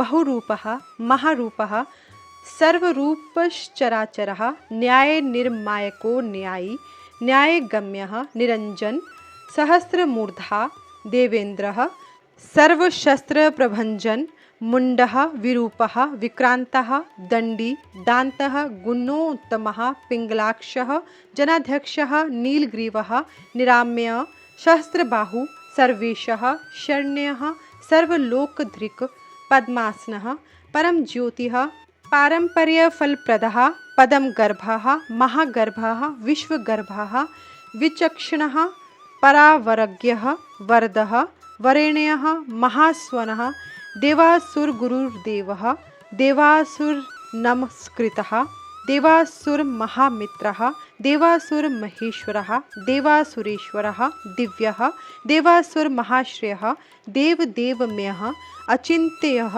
देवदेवातं संभवः सद्योनि असुरव्याघ्रः देवसिंह दिवाकरः विबुध आग्रचर श्रेष्ठः सर्वदेवोत्तमोत्तमः शिवज्ञानरतः श्रीमान् शिखी श्रीपर्वतप्रियः वज्रहस्तः सिद्धखड्गः नरसिंहनिपातनः ब्रह्मचारी लोकचारी धर्मचारी धनाधिपः नंदी नंदीश्वरः अनन्तः नगनव्रतधरः शुचिः लिंगाध्यक्षः सुराध्यक्षः योगाध्यक्षः युगावः स्वधर्मा स्वर्गतः स्वर्गस्वरः स्वरमयस्वनः बाणाध्यक्षः बीजकर्ता धर्मविधर्म संभवः दम्भः अलोभः अर्थविच्छम्भु सर्वभूतमहेश्वरः शमशाननीलः त्र्यक्षः सेतुः अप्रतिमाकृतः लोकोत्तरस्फुटालोकः त्र्यम्बकः नागभूषणः अंधकारिः मुखद्वेषी विष्णुकन्धरपात्नः हीनदोषः अक्षयगुणः दक्षारिः पूषदन्तभित धूर्जटिः खड्गपरशुः सकलो निष्कलः अनघः अकालः सकलाधारः पाण्डुराभः मृडोनटः पूर्णः पुरहिता पुण्यः सुकुमारः सुलोचनः साम्गे प्रियः अक्रूरः पुण्यकीर्तिः अनाम्यः मनोजवः तीर्थकरः जटिलः जीवितेश्वरः जीवान्तात्करः नित्यः वसुरेता वसुप्रदः सद्गतिः संस्कृति सिद्धिः सज्जातिः खलकण्टकः कलाधरः महाकालभूतः सत्यपरायणः लोकलावण्यकर्ता लोकोत्तरसुखालयः चन्द्रसञ्जीवनशास्ताः लोकगूढः महाधीपः लोकबन्धुर्लोकनाथः कृतज्ञः कीर्तिभूषणः अनपायोऽक्षरः कान्तः सर्वशस्त्रभृतां वरः तेजोमयो द्युतिधरः लोकानां ग्रणीः अणुः शुचिस्मितः प्रसन्नात्मा दुर्जयः दुरतिक्रमः ज्योतिर्मयः जगन्नाथः निराकारः जलेश्वरः तुम्बिणः महाकोपः विशोकः शोकनाशनः त्रिलोकपः त्रिलोकेशः सर्वशुद्धि अधोक्षजः अव्यक्तलक्षणो देवः व्यक्ताव्यक्तः विशाम्पतिः वरशीलः वरगुणः शारः मानधनः भयः ब्रह्मा विष्णु प्रजापालः हंसः हंसगतिः वयः वेधा विधाता धाता स्रष्टा हर्ता चतुर्मुखः कैलासशिखरावासी सर्वावासी सदागतिः हिरण्यगर्भः द्रुहिणः भूतपालः भूपतिः सद्योगी योगविद्योगी वरदः ब्राह्मणप्रियः देवप्रियो देवनाथः देवज्ञः देवचिन्तकः विषमाक्षः विशालाक्षः वृषदो वृषवर्धनः निर्ममः निरहङ्कारः निर्मोहः निरुपद्रवः निरपः दर्पः दर्पदः दृप्तः सर्वर्तु परिवर्तकः सहस्रजित् सहस्रार्ची स्निग्ध प्रकृति दक्षिणः भूतभव्यभवनाथः प्रभवः भूतिनाशनः अर्थः अनर्थः महाकोशः परकार्यक पंडितः निष्कंटकः कृतानंद निर्व्याजो व्याजमर्दनः सत्ववान सात्विक सत्यकीर्तिः स्नेहकृतागमः अकंपितः गुणग्राही नैकात्मा नैककर्मकृत सुप्रीतः सुमुखः सूक्ष्मः सुकरः दक्षिणानीलः नन्दीस्कन्धरः धूर्यः प्रकटः प्रीतिवर्धनः अपराजितः सर्वसत्वः गोविन्दः सत्यवाहनः अधृतः स्वधृतः सिद्धः पूतमूर्तिः यशोधनः वराहः शृङ्गधृक्शृङ्गिः बलवान् एकनायकः श्रुतिप्रकाशः श्रुतिमान् एकबन्धु अनेककृत श्रीवत्सल शिवारंभ शान्तभद्रः समः यशः भूषयः भूषणः भूति भृत्कृत भूतभावनः अंकपः भक्तिकाय कालः नीललोहिता सत्यव्रतः महात्यागी नित्यशान्तिपरायणः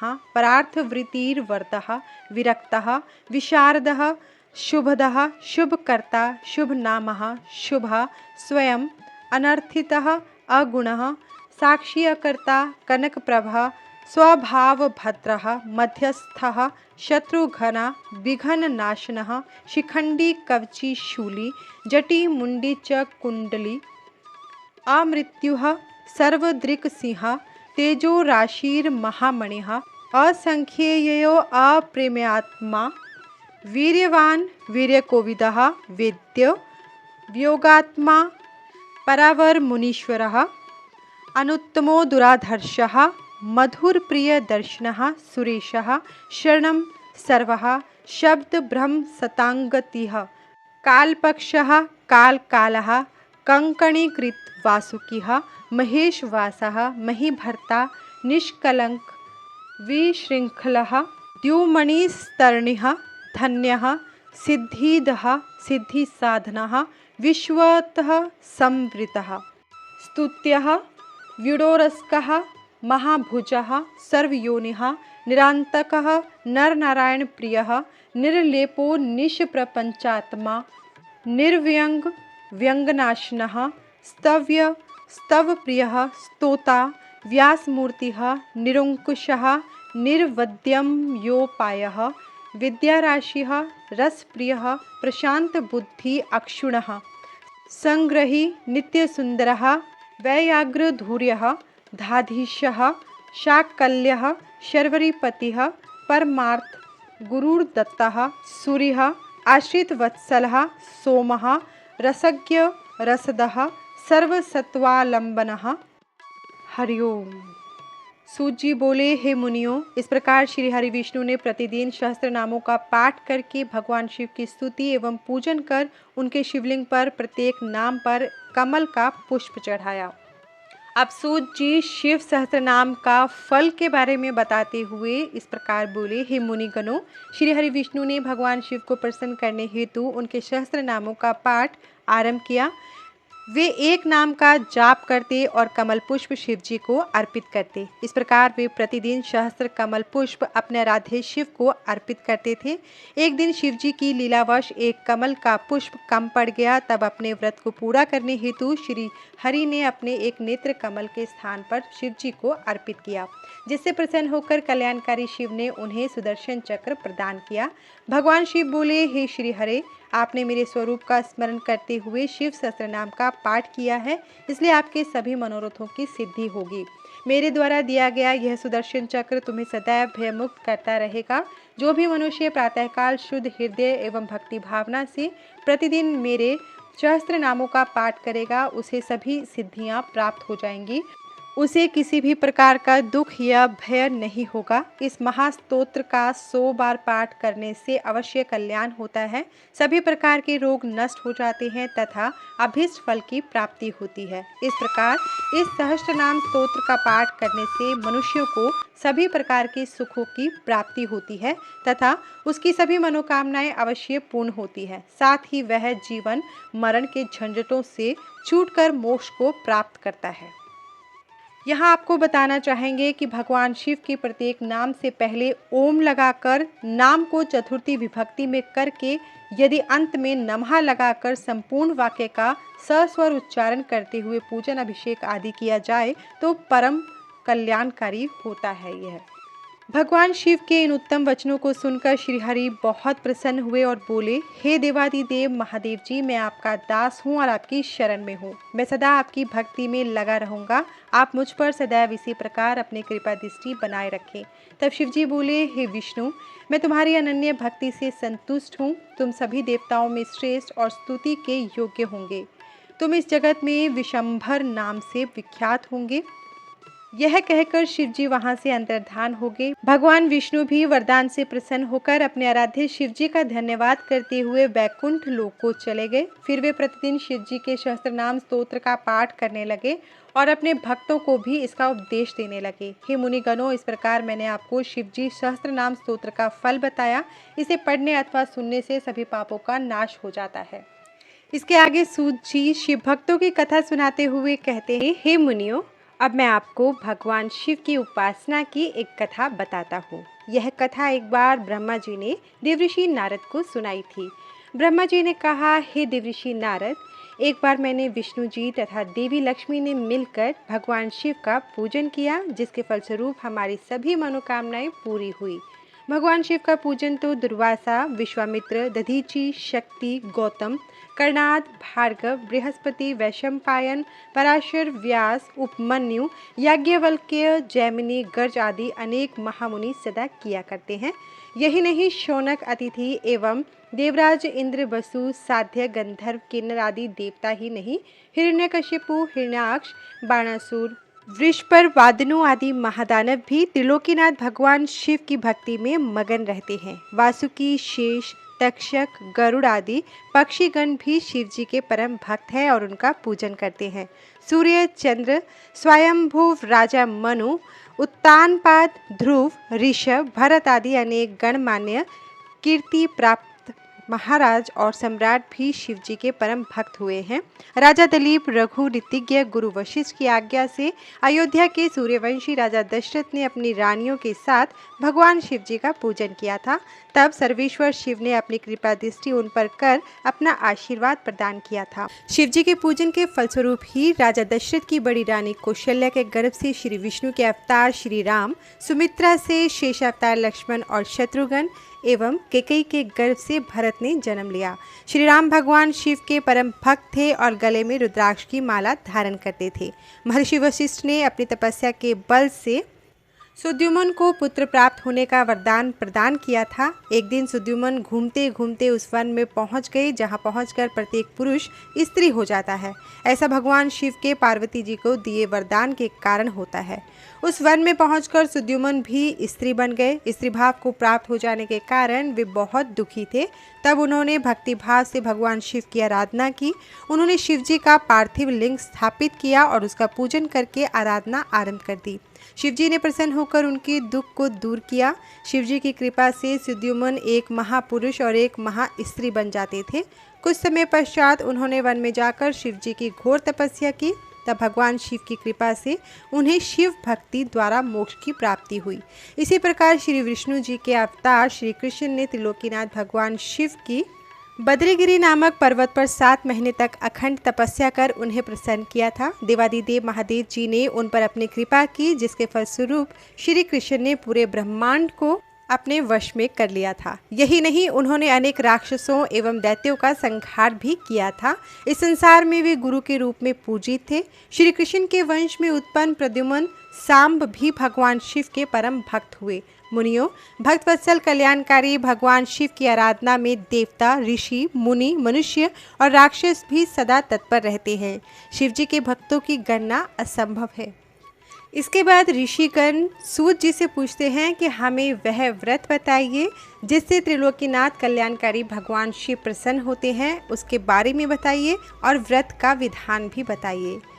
ऋषियों ने इस प्रकार पूछा, हे महामुनि सूत जी, जिस व्रत के करने से त्रिलोकीनाथ कल्याणकारी भगवान शिव प्रसन्न होते हैं वह व्रत हमें सुनाइए। तब ऋषियों के प्रश्न को सुनकर सूत जी बोले, हे ऋषिगणों, पूर्व काल में एक बार माता पार्वती ने भगवान शिव से यह प्रश्न पूछा था, स्वामी, किस विधि एवं व्रत से संतुष्ट होकर आप अपने भक्तों को भोग और मोक्ष प्रदान करते हैं। तब सर्वेश्वर शिव बोले, हे देवी, मुझे प्रसन्न करने एवं भोग मोक्ष प्राप्त करने के लिए तो अनेकों व्रत हैं। वेदों को जानने वाले उत्तम महर्षि 10 उपवासों को अधिक महत्वपूर्ण मानते हैं।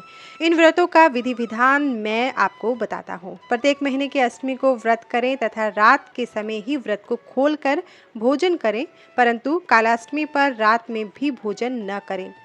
दिन के समय व्रत रखकर मेरा पूजन करें और रात्रि के समय भोजन लें। शुक्ल पक्ष की एकादशी को रात में भी भोजन न करें। इसी प्रकार शुक्ल पक्ष की त्रयोदशी में रात को भोजन करें, परंतु कृष्ण पक्ष की त्रयोदशी पर रात में भी भोजन न करें। इन सभी व्रतों में शिवरात्रि का व्रत सर्वोत्तम माना गया है। शिवरात्रि का व्रत फाल्गुन माह के कृष्ण पक्ष में होता है। इस दिन प्रातःकाल जल्दी जागे, नित्य कर्म करने के पश्चात शिव मंदिर में जाकर विधि पूर्वक भगवान शिव का पूजन करने के पश्चात उनसे प्रार्थना करें कि हे नीलकंठ, मैं आज इस शिवरात्रि का उत्तम व्रत को धारण कर रहा हूँ। आपसे मेरी कामना है कि आप मेरे व्रत को निर्विघ्न पूर्ण करें। काम, क्रोध, शत्रु आदि मेरा कुछ बिगाड़ न सके। भगवान, आप सदा मेरी रक्षा करें। इस प्रकार संकल्प लें। तत्पश्चात रात होने पर पूजन की सभी सामग्री को एकत्रित कर ऐसे शिव मंदिर में जाएं जहां शिवलिंग की प्रतिष्ठा शास्त्रों के अनुसार की गई हो। शरीर को स्नान से शुद्ध करके स्वच्छ वस्त्र पहनकर आसन पर बैठकर भगवान शिव का पूजन करें। 108 बार शिव मंत्र का उच्चारण करते हुए जलधारा शिव जी को अर्पित करें। इसी जलधारा से अर्पित की गई वस्तुओं को नीचे उतारें। तत्पश्चात गुरु मंत्र का जाप करते हुए शिव जी को काले तिल चढ़ाएं। भव, शर्व, रुद्र, पशुपति, उग्र भीम, महान, भीम, ईशान नामक 8 शिव नामों का उच्चारण करते हुए कमल और कनेर के फूल शिव जी पर चढ़ाएं। फिर धूप, दीप और नैवेद्य अर्पित कर उन्हें नमस्कार करें। जब हो जाने पर धेनु मुद्रा दिखाकर जल से उसका तर्पण करें। तत्पश्चात विधि पूर्वक विसर्जन करें। इस प्रकार रात्रि के पहले पहर में पूजन करें। रात्रि का दूसरा पहर होने पर पुनः शिवलिंग पर गंध, पुष्प आदि द्रव्यों द्वारा सर्वेश्वर शिव का पूजन करें। 216 शिव मंत्र का जाप करते हुए पार्थिव लिंग पर जलधारा चढ़ाएं। तिल, जौ, चावल, बेलपत्र, अर्घ्य, बिजोर आदि वस्तुओं से पूजन करना चाहिए। तत्पश्चात खीर का नैवेद्य अर्पित करें तथा पुनः शिव मंत्र का जाप करें। ब्राह्मणों को भोजन कराएं। और संकल्प करें। फल और फूल अर्पित कर उसका विसर्जन करें। तीसरे पहर में भी विधि विधान से पूजन करें, परंतु इस पहर में जौ की जगह गेहूं और आग के फूलों से पूजन करें। पूजन के पश्चात कपूर से आरती करें, अर्घ्य के रूप में अनार अर्पित करें, फिर ब्राह्मण को भोजन कराएं और संकल्प लें। चौथा प्रहर आरंभ होने पर शिव जी का आवाहन करके उड़द, कंगनी, मूंग और 7 धातुओं शंखफूल एवं बिल्व आदि को मंत्र जाप करते हुए अर्पित करें। तत्पश्चात केले एवं अन्य फल मिष्ठान अर्पित करें और जप करें। फिर सामर्थ्य के अनुसार ब्राह्मणों को भोजन कराने का संकल्प करें। सूर्योदय तक उत्सव करें, फिर स्नान करके भगवान शिव का पूजन करें। तत्पश्चात संकल्प किए हुए ब्राह्मणों को बुलाकर भोजन कराएं, फिर शिव जी से प्रार्थना करें। हे दया निधान, कृपा निधान देवादिदेव भगवान शिव, मैंने जाने अनजाने आपकी भक्ति में तत्पर होकर आपका व्रत और पूजन किया है। आप मुझ पर कृपा कर इस पूजन को स्वीकार करें। हे प्रभु, मैं चाहे जहाँ भी रहूँ मेरी भक्ति सदा आप में रहे। यह कहकर पुष्पांजलि अर्पित कर ब्राह्मण को तिलक लगाएं और उसके चरण स्पर्श कर आशीर्वाद लें। इस प्रकार विधि पूर्वक किए गए शिवरात्रि के व्रत का बहुत अधिक महात्म्य है। इस व्रत से शिव जी के सानिध्य की प्राप्ति होती है और मोक्ष पाकर वह मनुष्य सांसारिक बंधनों से छूट जाता है।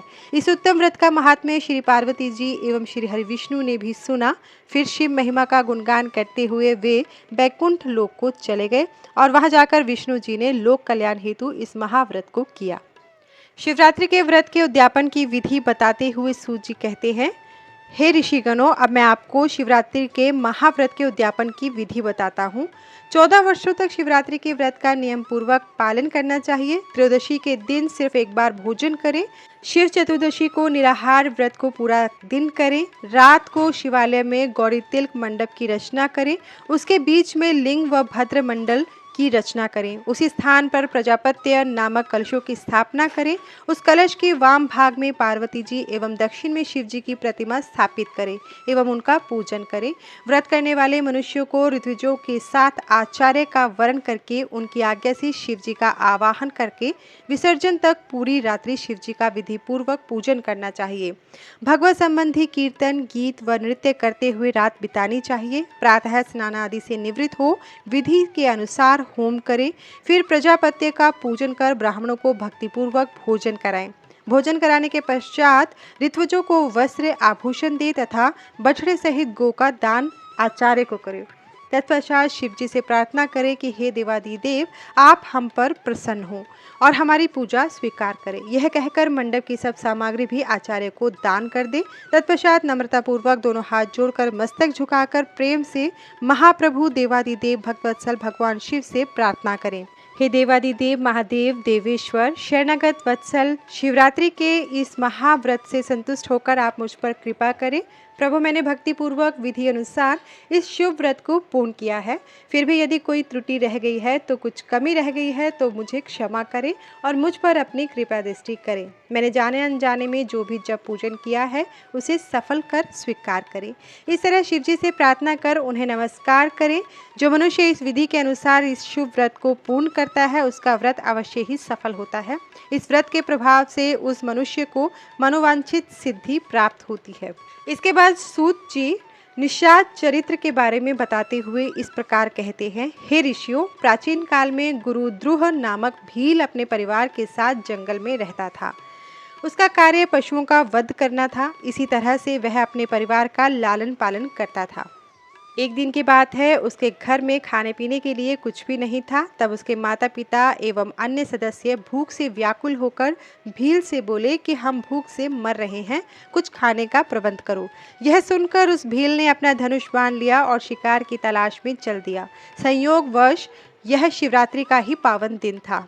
शिकारी दर दर भटकता रहा परंतु उसे कुछ न मिला। धीरे धीरे रात घिर आई परंतु उसने खाली हाथ घर न लौटने का निश्चय कर लिया था। इसलिए वह तालाब के किनारे बैठ गया कि जो भी पशु पानी पीने यहाँ आएगा उसी का शिकार कर लूँगा। ऐसा विचार कर वह बेल के पेड़ पर चढ़ गया। रात घिर आई, तभी वहाँ एक हिरनी जल पीने के लिए आई। उसे देखकर भील ने अपने धनुष पर बाण चढ़ाया। उसी समय ओस से भीगे कुछ बेल के पत्ते वहां स्थित शिव जी के ज्योतिर्लिंग पर गिरे, जिससे भील द्वारा प्रथम प्रहर की पूजा पूरी हो गई और भील के पापों का नाश हो गया। उधर भील के धनुष के टंकार से हिरनी सब कुछ जान गई। वह उस भील से प्रार्थना करने लगी, हे भील, आप मेरा वध करना चाहते हैं, मुझे मारकर अपनी भूख मिटाना चाहते हैं। यदि ऐसा करने से आपका दुख दूर होता है तो मैं मरने के लिए तैयार हूँ, परंतु आप थोड़ी देर रुक जाइए। मेरे बच्चे अकेले हैं, मैं उन्हें अपनी बहन के पास छोड़ कर आती हूँ। तब भील को विश्वास दिलाकर वह हिरनी वहाँ से चली गई और भील उसके इंतजार में जागता रहा, इसलिए उसे जागरण का फल भी मिल गया। कुछ देर पश्चात उस हिरनी की बहन उसे ढूंढती हुई वहां आई। उसे मारने के लिए जब भील ने अपने हाथ में धनुष लिया तो पुनः बेलपत्र व ओस शिवलिंग पर चढ़ गए। इस प्रकार दूसरे पहर का पूजन भी हो गया, परंतु उस हिरनी ने भी भील से प्रार्थना की कि मैं पहले अपने बच्चों को देखाऊं, तब तुम मुझे मारना।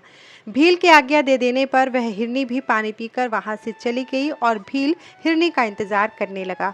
इस प्रकार जागरण करते हुए रात का दूसरा पहर भी बीत गया। जैसे ही रात्रि का तीसरा पहर आरंभ हुआ, एक मोटा हिरन पानी पीने हेतु उस तालाब पर आया। उसे देखकर भील ने जैसे ही अपने धनुष पर बाण चढ़ाया, वह हिरन डर गया। उसी समय ओस रूपी जल एवं बेलपत्र पुनः शिवलिंग पर गिरे, जिससे तीसरे पहर का पूजन भी संपन्न हुआ। वह हिरन भी शीघ्र लौटने का वादा करके अपने बच्चों को समझाने के लिए चला गया और भील उसके इंतजार में जागता रहा।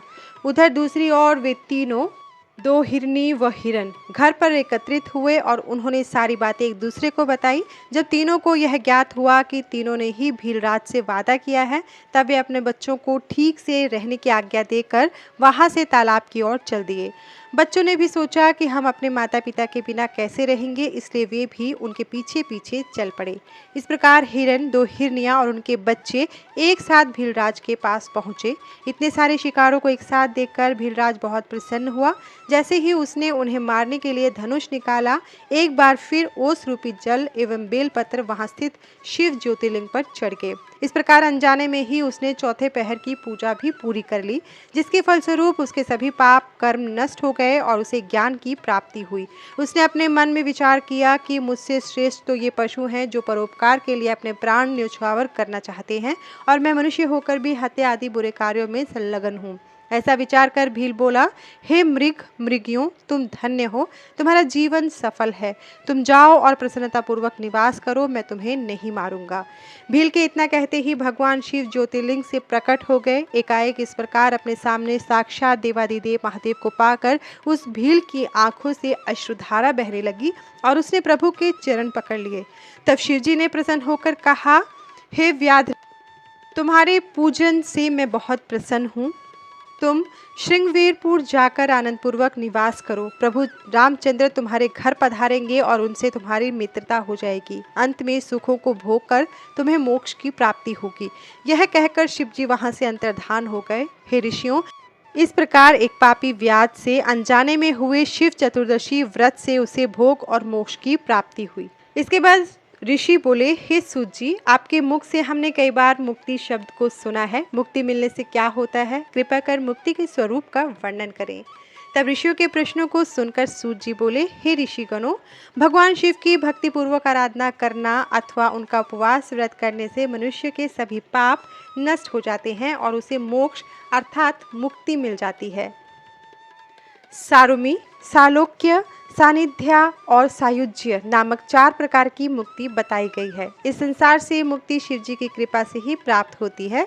धर्म, अर्थ और काम ये सब तो ब्रह्मा, विष्णु एवं अन्य देवता भी प्रदान करते हैं, परंतु मुक्ति तो त्रिलोकीनाथ शिव ही प्रदान करते हैं।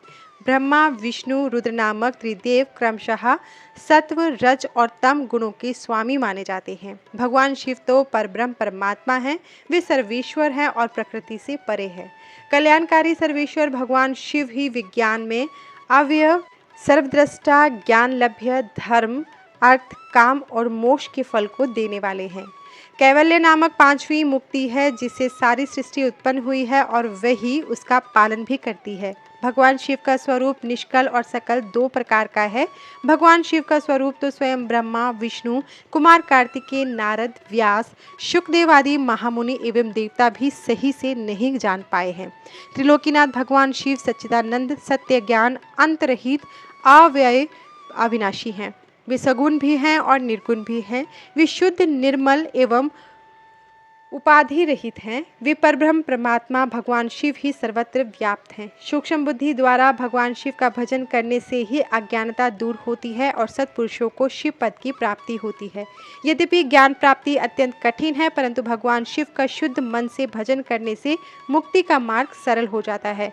सदाशिव भजन के अधीन हो ज्ञान एवं मुक्ति से अपने भक्तों को अपनी शरण में ले लेते हैं, जिसकी परम कृपा से मुक्ति का मार्ग आसान हो जाता है। वह प्रेम का अंकुर रूप प्रेम लक्षण भक्ति ही है, जिसका वर्णन करना असंभव है। भक्ति गुण युक्त एवं गुण रहित अनेकों प्रकार की है, जिसका वर्णन अत्यंत कठिन है। वैद्य एवं स्वाभाविकी नामक भक्ति में स्वाभाविकी भक्ति श्रेष्ठ मानी जाती है। नैष्ठिकी भक्ति 6 और अनैष्ठिकी भक्ति 1 प्रकार की है। उसके बाद फिर वह विहित एवं अविहित भेदों से कई प्रकार की है। इन दोनों के 9 अंग हैं। इनके द्वारा कठिन मुक्ति भी सुलभ हो जाती है। इस प्रकार भक्ति और ज्ञान दोनों एक दूसरे के पूरक हैं, उनमें भेद नहीं किया जा सकता। इनके साधक को सदा सुख की प्राप्ति होती है, अतः भगवान शिव की सदा भक्ति करनी चाहिए। मुनियों, मैंने मुक्ति का वर्णन आपसे किया, जिसे सुनकर सभी पापों से मुक्ति मिल जाती है। इसके बाद ऋषियों ने सूत जी से पूछा, ब्रह्मा विष्णु रुद्र एवं शिव कौन है? इनमें से कौन सगुण है और कौन निर्गुण? कृपया कर हमारी इस शंका को दूर करें और हमें उनके स्वरूप के बारे में बताएं। सूत जी ने ऋषियों के प्रश्न को सुनकर कहा, हे ऋषिगणों, वेदों का श्रेष्ठ ज्ञान रखने वाले यह मानते हैं कि निर्गुण परमात्मा ने सर्वप्रथम जिस सगुण रूप को उत्पन्न किया वह रूप ही शिव है। उन्हीं से प्रकृति उत्पन्न हुई। उन दोनों प्रकृति पुरुष ने जल के नीचे जिस स्थान पर कठिन तपस्या की थी उसे पंचकोशी कहा जाता है, जो कि काशी में स्थित है। यह पूरा विश्व जल में व्याप्त है। यह सोचकर श्री हरि विष्णु जल में ही सो गए थे और इसी कारण वे नारायण नाम से प्रसिद्ध हुए एवं प्रकृति रूपी माया नारायणी कहलाई। नारायण के नाभि कमल से ही पितामह ब्रह्मा की उत्पत्ति हुई थी। ब्रह्मा के उत्पन्न होने पर उन्होंने अपने को पैदा करने वाले के विषय में जानने के लिए घोर तप किया। तत्पश्चात उन्हें विष्णु जी के दर्शन हुए। तब ब्रह्मा और विष्णु दोनों में किसी बात को लेकर विवाद हो गया। इस विवाद को शांत करने के लिए महादेव प्रकट हुए। तब लोकहित के लिए भगवान शिव पुनः ब्रह्मा जी के ललाट से प्रकट हुए और रुद्र के नाम से विख्यात हुए। इसलिए सगुण और निर्गुण शिव में कोई अंतर नहीं है। भगवान शिव अनेक प्रकार की लीलाएं करने वाले हैं और अपने भक्तों को श्रेष्ठ गति प्रदान करने वाले हैं। यही ब्रह्मा जी और श्री हरि विष्णु की सहायता के लिए यहाँ प्रकट हुए हैं। सभी देवता भगवान शिव की भक्ति और पूजा करते हैं। जो मनुष्य अन्य देवताओं की भक्ति करते हैं वे अन्य देवताओं में विलीन होते हैं और जब उन देवताओं का रुद्र में विलय होता है तब उन्हें शिव भक्ति प्राप्त होती है। जबकि भगवान शिव में आस्था रखने वाले सभी भक्त शीघ्र ही रुद्र स्वरूप हो जाते हैं। अज्ञान के कई प्रकार हैं, जबकि ज्ञान का कोई अन्य प्रकार नहीं है। ब्रह्मा जी से लेकर तृण तक सभी शिव जी के रूप हैं। इस सृष्टि का आदि, मध्य और अंत सब शिव है। इस सृष्टि का अंत हो जाने पर भी शिव स्थित रहेंगे। त्रिलोकीनाथ भगवान शिव ही वेदों के रचयिता हैं। वे सब विद्याओं के स्वामी हैं। वही सृष्टि की रचना करते हैं। संसार में निवास करने वाले प्राणियों का पालन एवं संहार करने वाले सर्वेश्वर शिव ही हैं। देवादिदेव महादेव ही कालों के महाकाल हैं। वे सब कुछ अपनी इच्छा के अनुसार करते हैं। कल्याणकारी भगवान शिव अनेक रूप होते हुए भी एक रूप ही है। यह उत्तम शिव ज्ञान तत्वतः बताया गया है कि इसे ज्ञानी मनुष्य ही जान सकते हैं। हे मुनियों, इस प्रकार मैंने आपको देवादिदेव त्रिलोकीनाथ भगवान शिव का तत्व ज्ञान सुना दिया। इस तत्व ज्ञान को सुनने अथवा पढ़ने से सभी पापों से छूटकर मोक्ष की प्राप्ति होती है। इसके बाद ऋषि बोले, हे महामुनि सूत जी, जिस ज्ञान के द्वारा शिव स्वरूप की प्राप्ति होती है उस शिव ज्ञान के बारे में हमें बताकर कृतार्थ कीजिए। ऋषियों द्वारा पूछे गए प्रश्न का उत्तर देते हुए सूत जी बोले, हे ऋषिगणों, एक बार की बात है कि नारद, शौनक, कुमार, व्यास, कपिल आदि मुनियों ने एक सभा का आयोजन किया, जिसमें उन्होंने निश्चय किया कि सारा ब्रह्मांड शिव रूप है। उनकी इच्छा से ही इस जगत की रचना हुई है। वे ही हैं जिनके कारण यह संसार चलायमान है। वे चित स्वरूप हैं और शुभ लक्षणों से युक्त वेदों को जानने वालों में श्रेष्ठ परम ब्रह्म परमात्मा है। शिवजी अज्ञान से परे ज्ञान के विशाल भंडार हैं। मनुष्यों के भ्रम के कारण ही शिव अनेक रूपों में दिखाई पड़ते हैं, परंतु जब मनुष्य अज्ञान को मिटाकर ज्ञान की प्राप्ति कर लेता है तब वह सदाशिव के उस एक स्वरूप को जान और समझ सकता है। जिस प्रकार इस ब्रह्मांड में सबको प्रकाशित करने वाला केवल एक सूर्य है, परंतु जल में उसके अनेक प्रतिबिंब दिखाई पड़ते हैं, इसी प्रकार शिव जी भी एक होते हुए भ्रम के कारण अनेक रूपों में दिखाई देते हैं। इस संसार में हर प्राणी अपने अहंकार और घमंड का फल भोगता है। भगवान शिव तो भक्त वत्सल हैं, वे सदा ही अहंकार रहित हैं। उनका विधि विधान एवं भक्ति भावना से किया गया पूजन पापों का नाश करने वाला तथा ज्ञान प्रदान करने वाला है। जब अज्ञान का नाश होता है तभी ज्ञान का उदय होता है। ज्ञान के उदय से अहंकार का नाश हो जाता है। अहंकार के नष्ट होने से बुद्धि निर्मल होती है और मनुष्य भगवान शिव के स्वरूप को प्राप्त कर लेता है। वह जीवन मरण के बंधनों से मुक्त हो जाता है। वह मनुष्य अपने शरीर को त्याग कर शिव में विलीन हो जाता है। इसी को मुक्ति कहा जाता है। संसार में ज्ञानी मनुष्य वही है जिसे न कोई खुशी होती है, न कोई गम सताता है, जिसे अच्छे बुरे का कोई अंतर नहीं पड़ता। सुख और दुख दोनों ही समान रूप हैं। जब मनुष्य मन में मुक्ति की कामना लेकर आत्मयोग के द्वारा शरीर को शिव साधना में समर्पित कर देता है, तब वह सांसारिक व्याधियों से छूट जाता है। अतः मोक्ष की प्राप्ति के लिए भगवान सदाशिव से बढ़कर कोई देवता नहीं। उनकी शरण में जाकर ही जीव संसार के बंधनों से मुक्त हो जाता है। ब्राह्मणों, इस प्रकार वहां पधारे हुए ऋषियों ने आपस में यह निश्चय किया कि ज्ञान की बातों को अवश्य ही मन मस्तिष्क में मनुष्य को धारण करना चाहिए। इस प्रकार मैंने आपको आपके द्वारा पूछी गई सब बातें बता दी हैं। अब आप और क्या जानना चाहते हैं?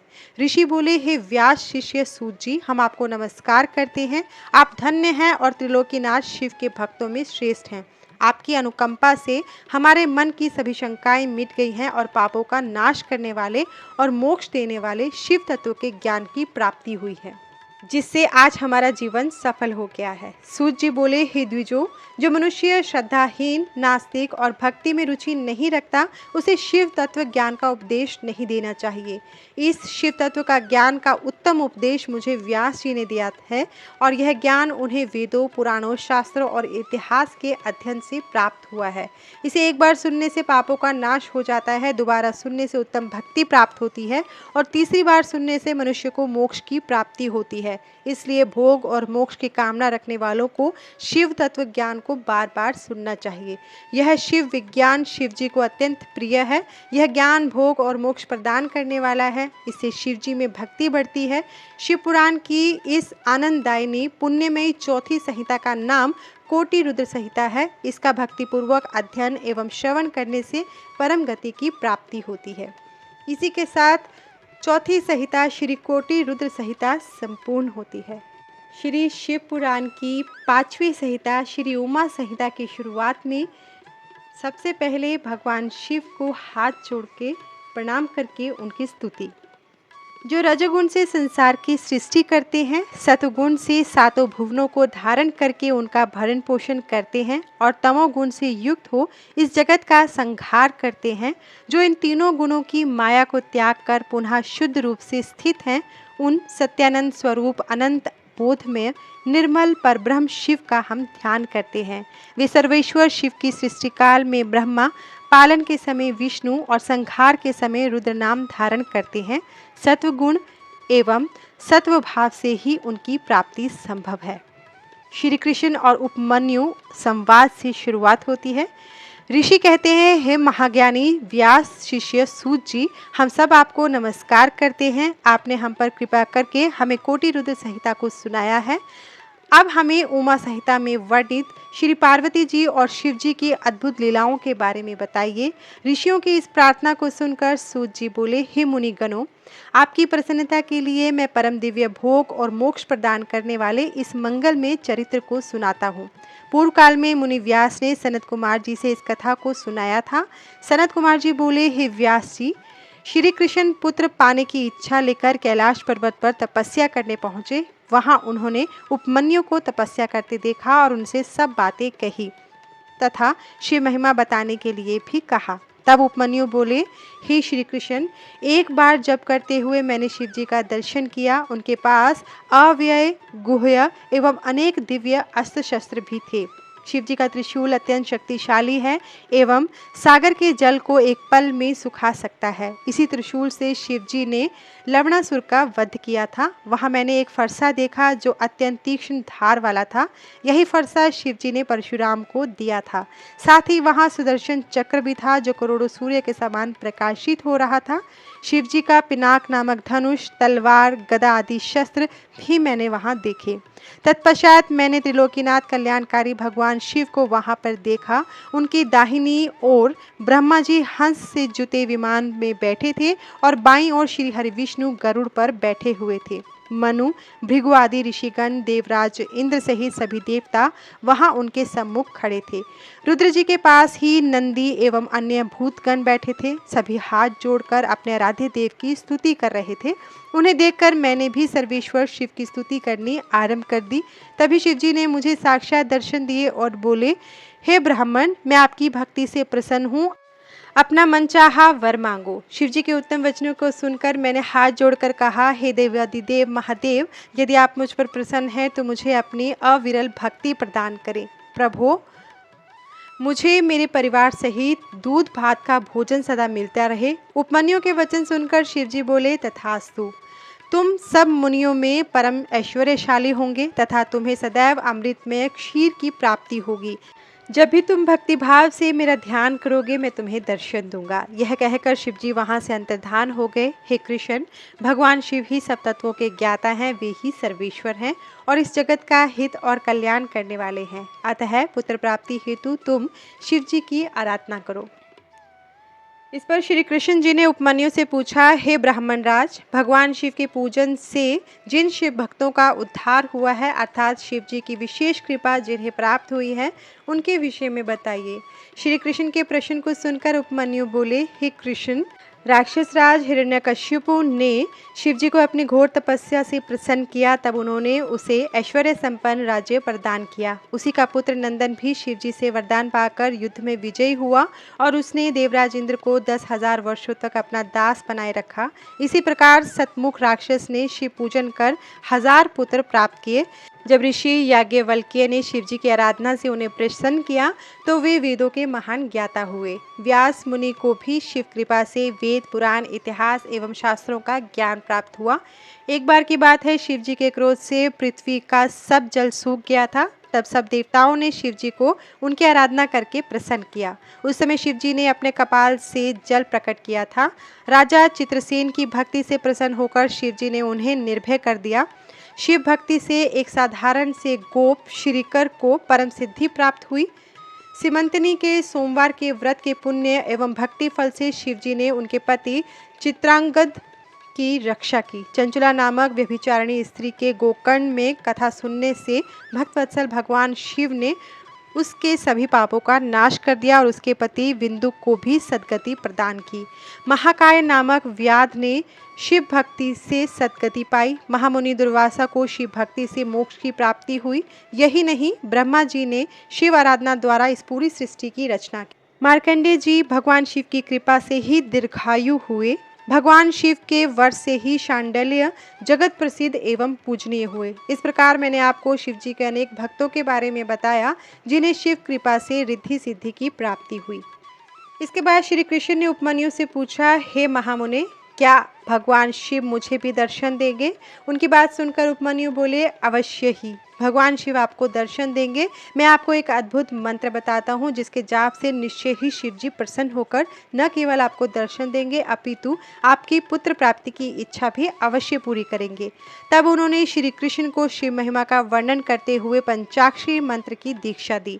उपमन्यु से सारी विधि विधान जानकर श्री कृष्ण ने शिव जी को प्रसन्न करने हेतु जटाजूट धारण किया और फिर अपने पैर के अंगूठे पर खड़े रहकर कठिन तपस्या आरंभ कर दी। श्री कृष्ण को भक्ति पूर्वक शिव उपासना करते करते 15 माह बीत गए। 16वां महीना लगते ही सर्वेश्वर शिव ने प्रसन्न होकर श्री कृष्ण को श्री पार्वती सहित दर्शन दिए और बोले, हे कृष्ण, आप मेरे परम भक्त हैं। आपकी इस भक्तिपूर्ण आराधना से मैं बहुत प्रसन्न हूँ। मांगो, क्या मांगना चाहते हो? शिव जी के ऐसे वचन सुनकर श्री कृष्ण बोले, हे देवादिदेव महादेव जी, आपने मुझे दर्शन देकर आज मेरा जीवन सफल कर दिया। भगवान, मैं आपसे चाहता हूँ कि मैं सदा धर्म के मार्ग पर चलूँ और संसार में यश प्राप्त करूँ। मेरा निवास आपके पास हो और आप में मेरी सदा दृढ़ भक्ति बनी रहे। मैं सदा युद्ध में विजयी हूँ। मैं शत्रुओं का नाश कर योगी जनों का प्यारा बनूं और मुझे 10 पराक्रमी पुत्रों की प्राप्ति हो।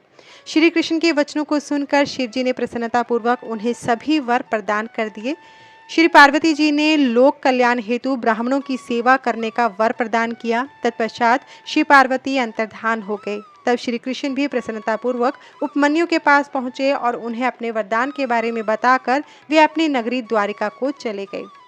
श्री रामचंद्र जी ने भी भगवान शिव की आराधना कर उन्हें प्रसन्न किया और उनसे दिव्य अस्त्र प्राप्त किया। शिव जी के आशीर्वाद के फलस्वरूप उन्होंने लंका के विशाल समुद्र पर पुल बनाकर लंकेश्वर रावण को मारकर अपनी पत्नी सीता को मुक्त कराया। परशुराम ने शिव जी को प्रसन्न कर शिव जी से परशु नामक फरसा प्राप्त किया और उससे ही अपने पिता ऋषि जमदग्नि का वध करने वाले शस्त्रार्जुन का वध किया। चाक्षुष नामक मनु पुत्र ने शाप भोगते हुए भी दंडक वन में शिव जी की तपस्या की, जिससे प्रसन्न होकर शिव जी ने उन्हें सांसारिक बंधनों से मुक्त कर गणेश जी का गण बना दिया। गर्ग मुनि की आराधना से प्रसन्न होकर 1000 पराक्रमी पुत्रों का आशीर्वाद प्रदान किया। शिव जी की कृपा से ही गालब नामक एक निर्धन ने अपनी तपस्या से शिव जी को प्रसन्न कर अपने पिता को पुनर्जीवित कर दिया। मुनियों, इस प्रकार मैंने आपसे शिव महात्म्य का वर्णन किया। इसके बाद व्यास जी ने सनत कुमार जी से कहा कि आप हमसे भगवान त्रिलोकीनाथ शिव की लीला में चरित्र के विषय में हमें उनके बारे में बताइए, उसका वर्णन करिए। तो इस पर सनत कुमार जी क्या कहते हैं और व्यास जी ने किस प्रकार प्रश्न किया वो हम आपको बताते हैं। व्यास जी बोले, हे सनत कुमार जी, अब आप हमें त्रिलोकीनाथ भगवान शिव की लीला में चरित्र के विषय में बताइए। यह सुनकर सनत कुमार जी बोले, हे व्यास जी, भगवान शिव परम ब्रह्म परमात्मा हैं। वे ही सबके ईश्वर हैं। शिव जी से ही 8 देव योनि, 1 मानव योनि और 5 पक्षी योनि अर्थात 14 योनियां उत्पन्न हुई हैं। ब्रह्मा, विष्णु, देवेंद्र, चंद्र, सूर्य आदि सभी देवताओं सहित दानव, नाग, किन्नर, गंधर्व आदि सभी की उत्पत्ति शिव जी की कृपा से हुई है। इस सारे जगत में शिव जी की माया फैली है। इस संसार में घटित होने वाली हर घटना शिव माया का ही रूप है। उनकी आज्ञा के बिना इस धरती पर एक पत्ता भी नहीं हिलता है। सर्वेश्वर शिव की माया के कारण ही पूरा जगत कामदेव के अधीन हो जाता है। उनकी माया से मोहित होकर ही देवराज इंद्र महामुनि गौतम की पत्नी अहिल्या पर आसक्त हुए थे, जिसके फलस्वरूप उन्हें श्राप मिला था। श्री हरि विष्णु भी शिव माया के कारण ही स्त्रियों में विहार करने लगे थे। चंद्रमा भी मोहित होकर अपने गुरुदेव की पत्नी को भगा कर ले गए थे और पाप के भागी बने थे तथा शिव भक्ति से उन्हें श्राप से मुक्ति मिली थी। एक बार मित्र व वरुण देव भी शिव माया से मोहित होकर स्वर्ग की अप्सरा उर्वशी पर आसक्त हो गए थे, जिससे दोनों का शक्तिपात हो गया। मित्र ने अपनी शक्ति घड़े में डाल दी थी, जिससे मुनिवर वशिष्ठ उत्पन्न हुए, जबकि वरुण देव ने उसे जल में त्यागा, जिसके फलस्वरूप बड़वानल जैसे तपस्वी अगस्त्य पुत्र हुए। गौतम ऋषि का शारदूती पर मोहित होने के पीछे एक महान कार्य अस्त्र शस्त्रों के महान ज्ञाता द्रोणाचार्य का जन्म था। यही नहीं, महामुनि विश्वामित्र का स्वर्ग की अप्सरा मेनका पर मोहित होना भी शिव माया का ही एक रूप था। लंकेश्वर रावण का सीता जी को उठा ले जाना भी रावण को श्री राम द्वारा मारे जाने के निमित्त था। इस प्रकार इस ब्रह्मांड में घटने वाली प्रत्येक घटना शिव जी की इच्छा के अनुसार ही होती है।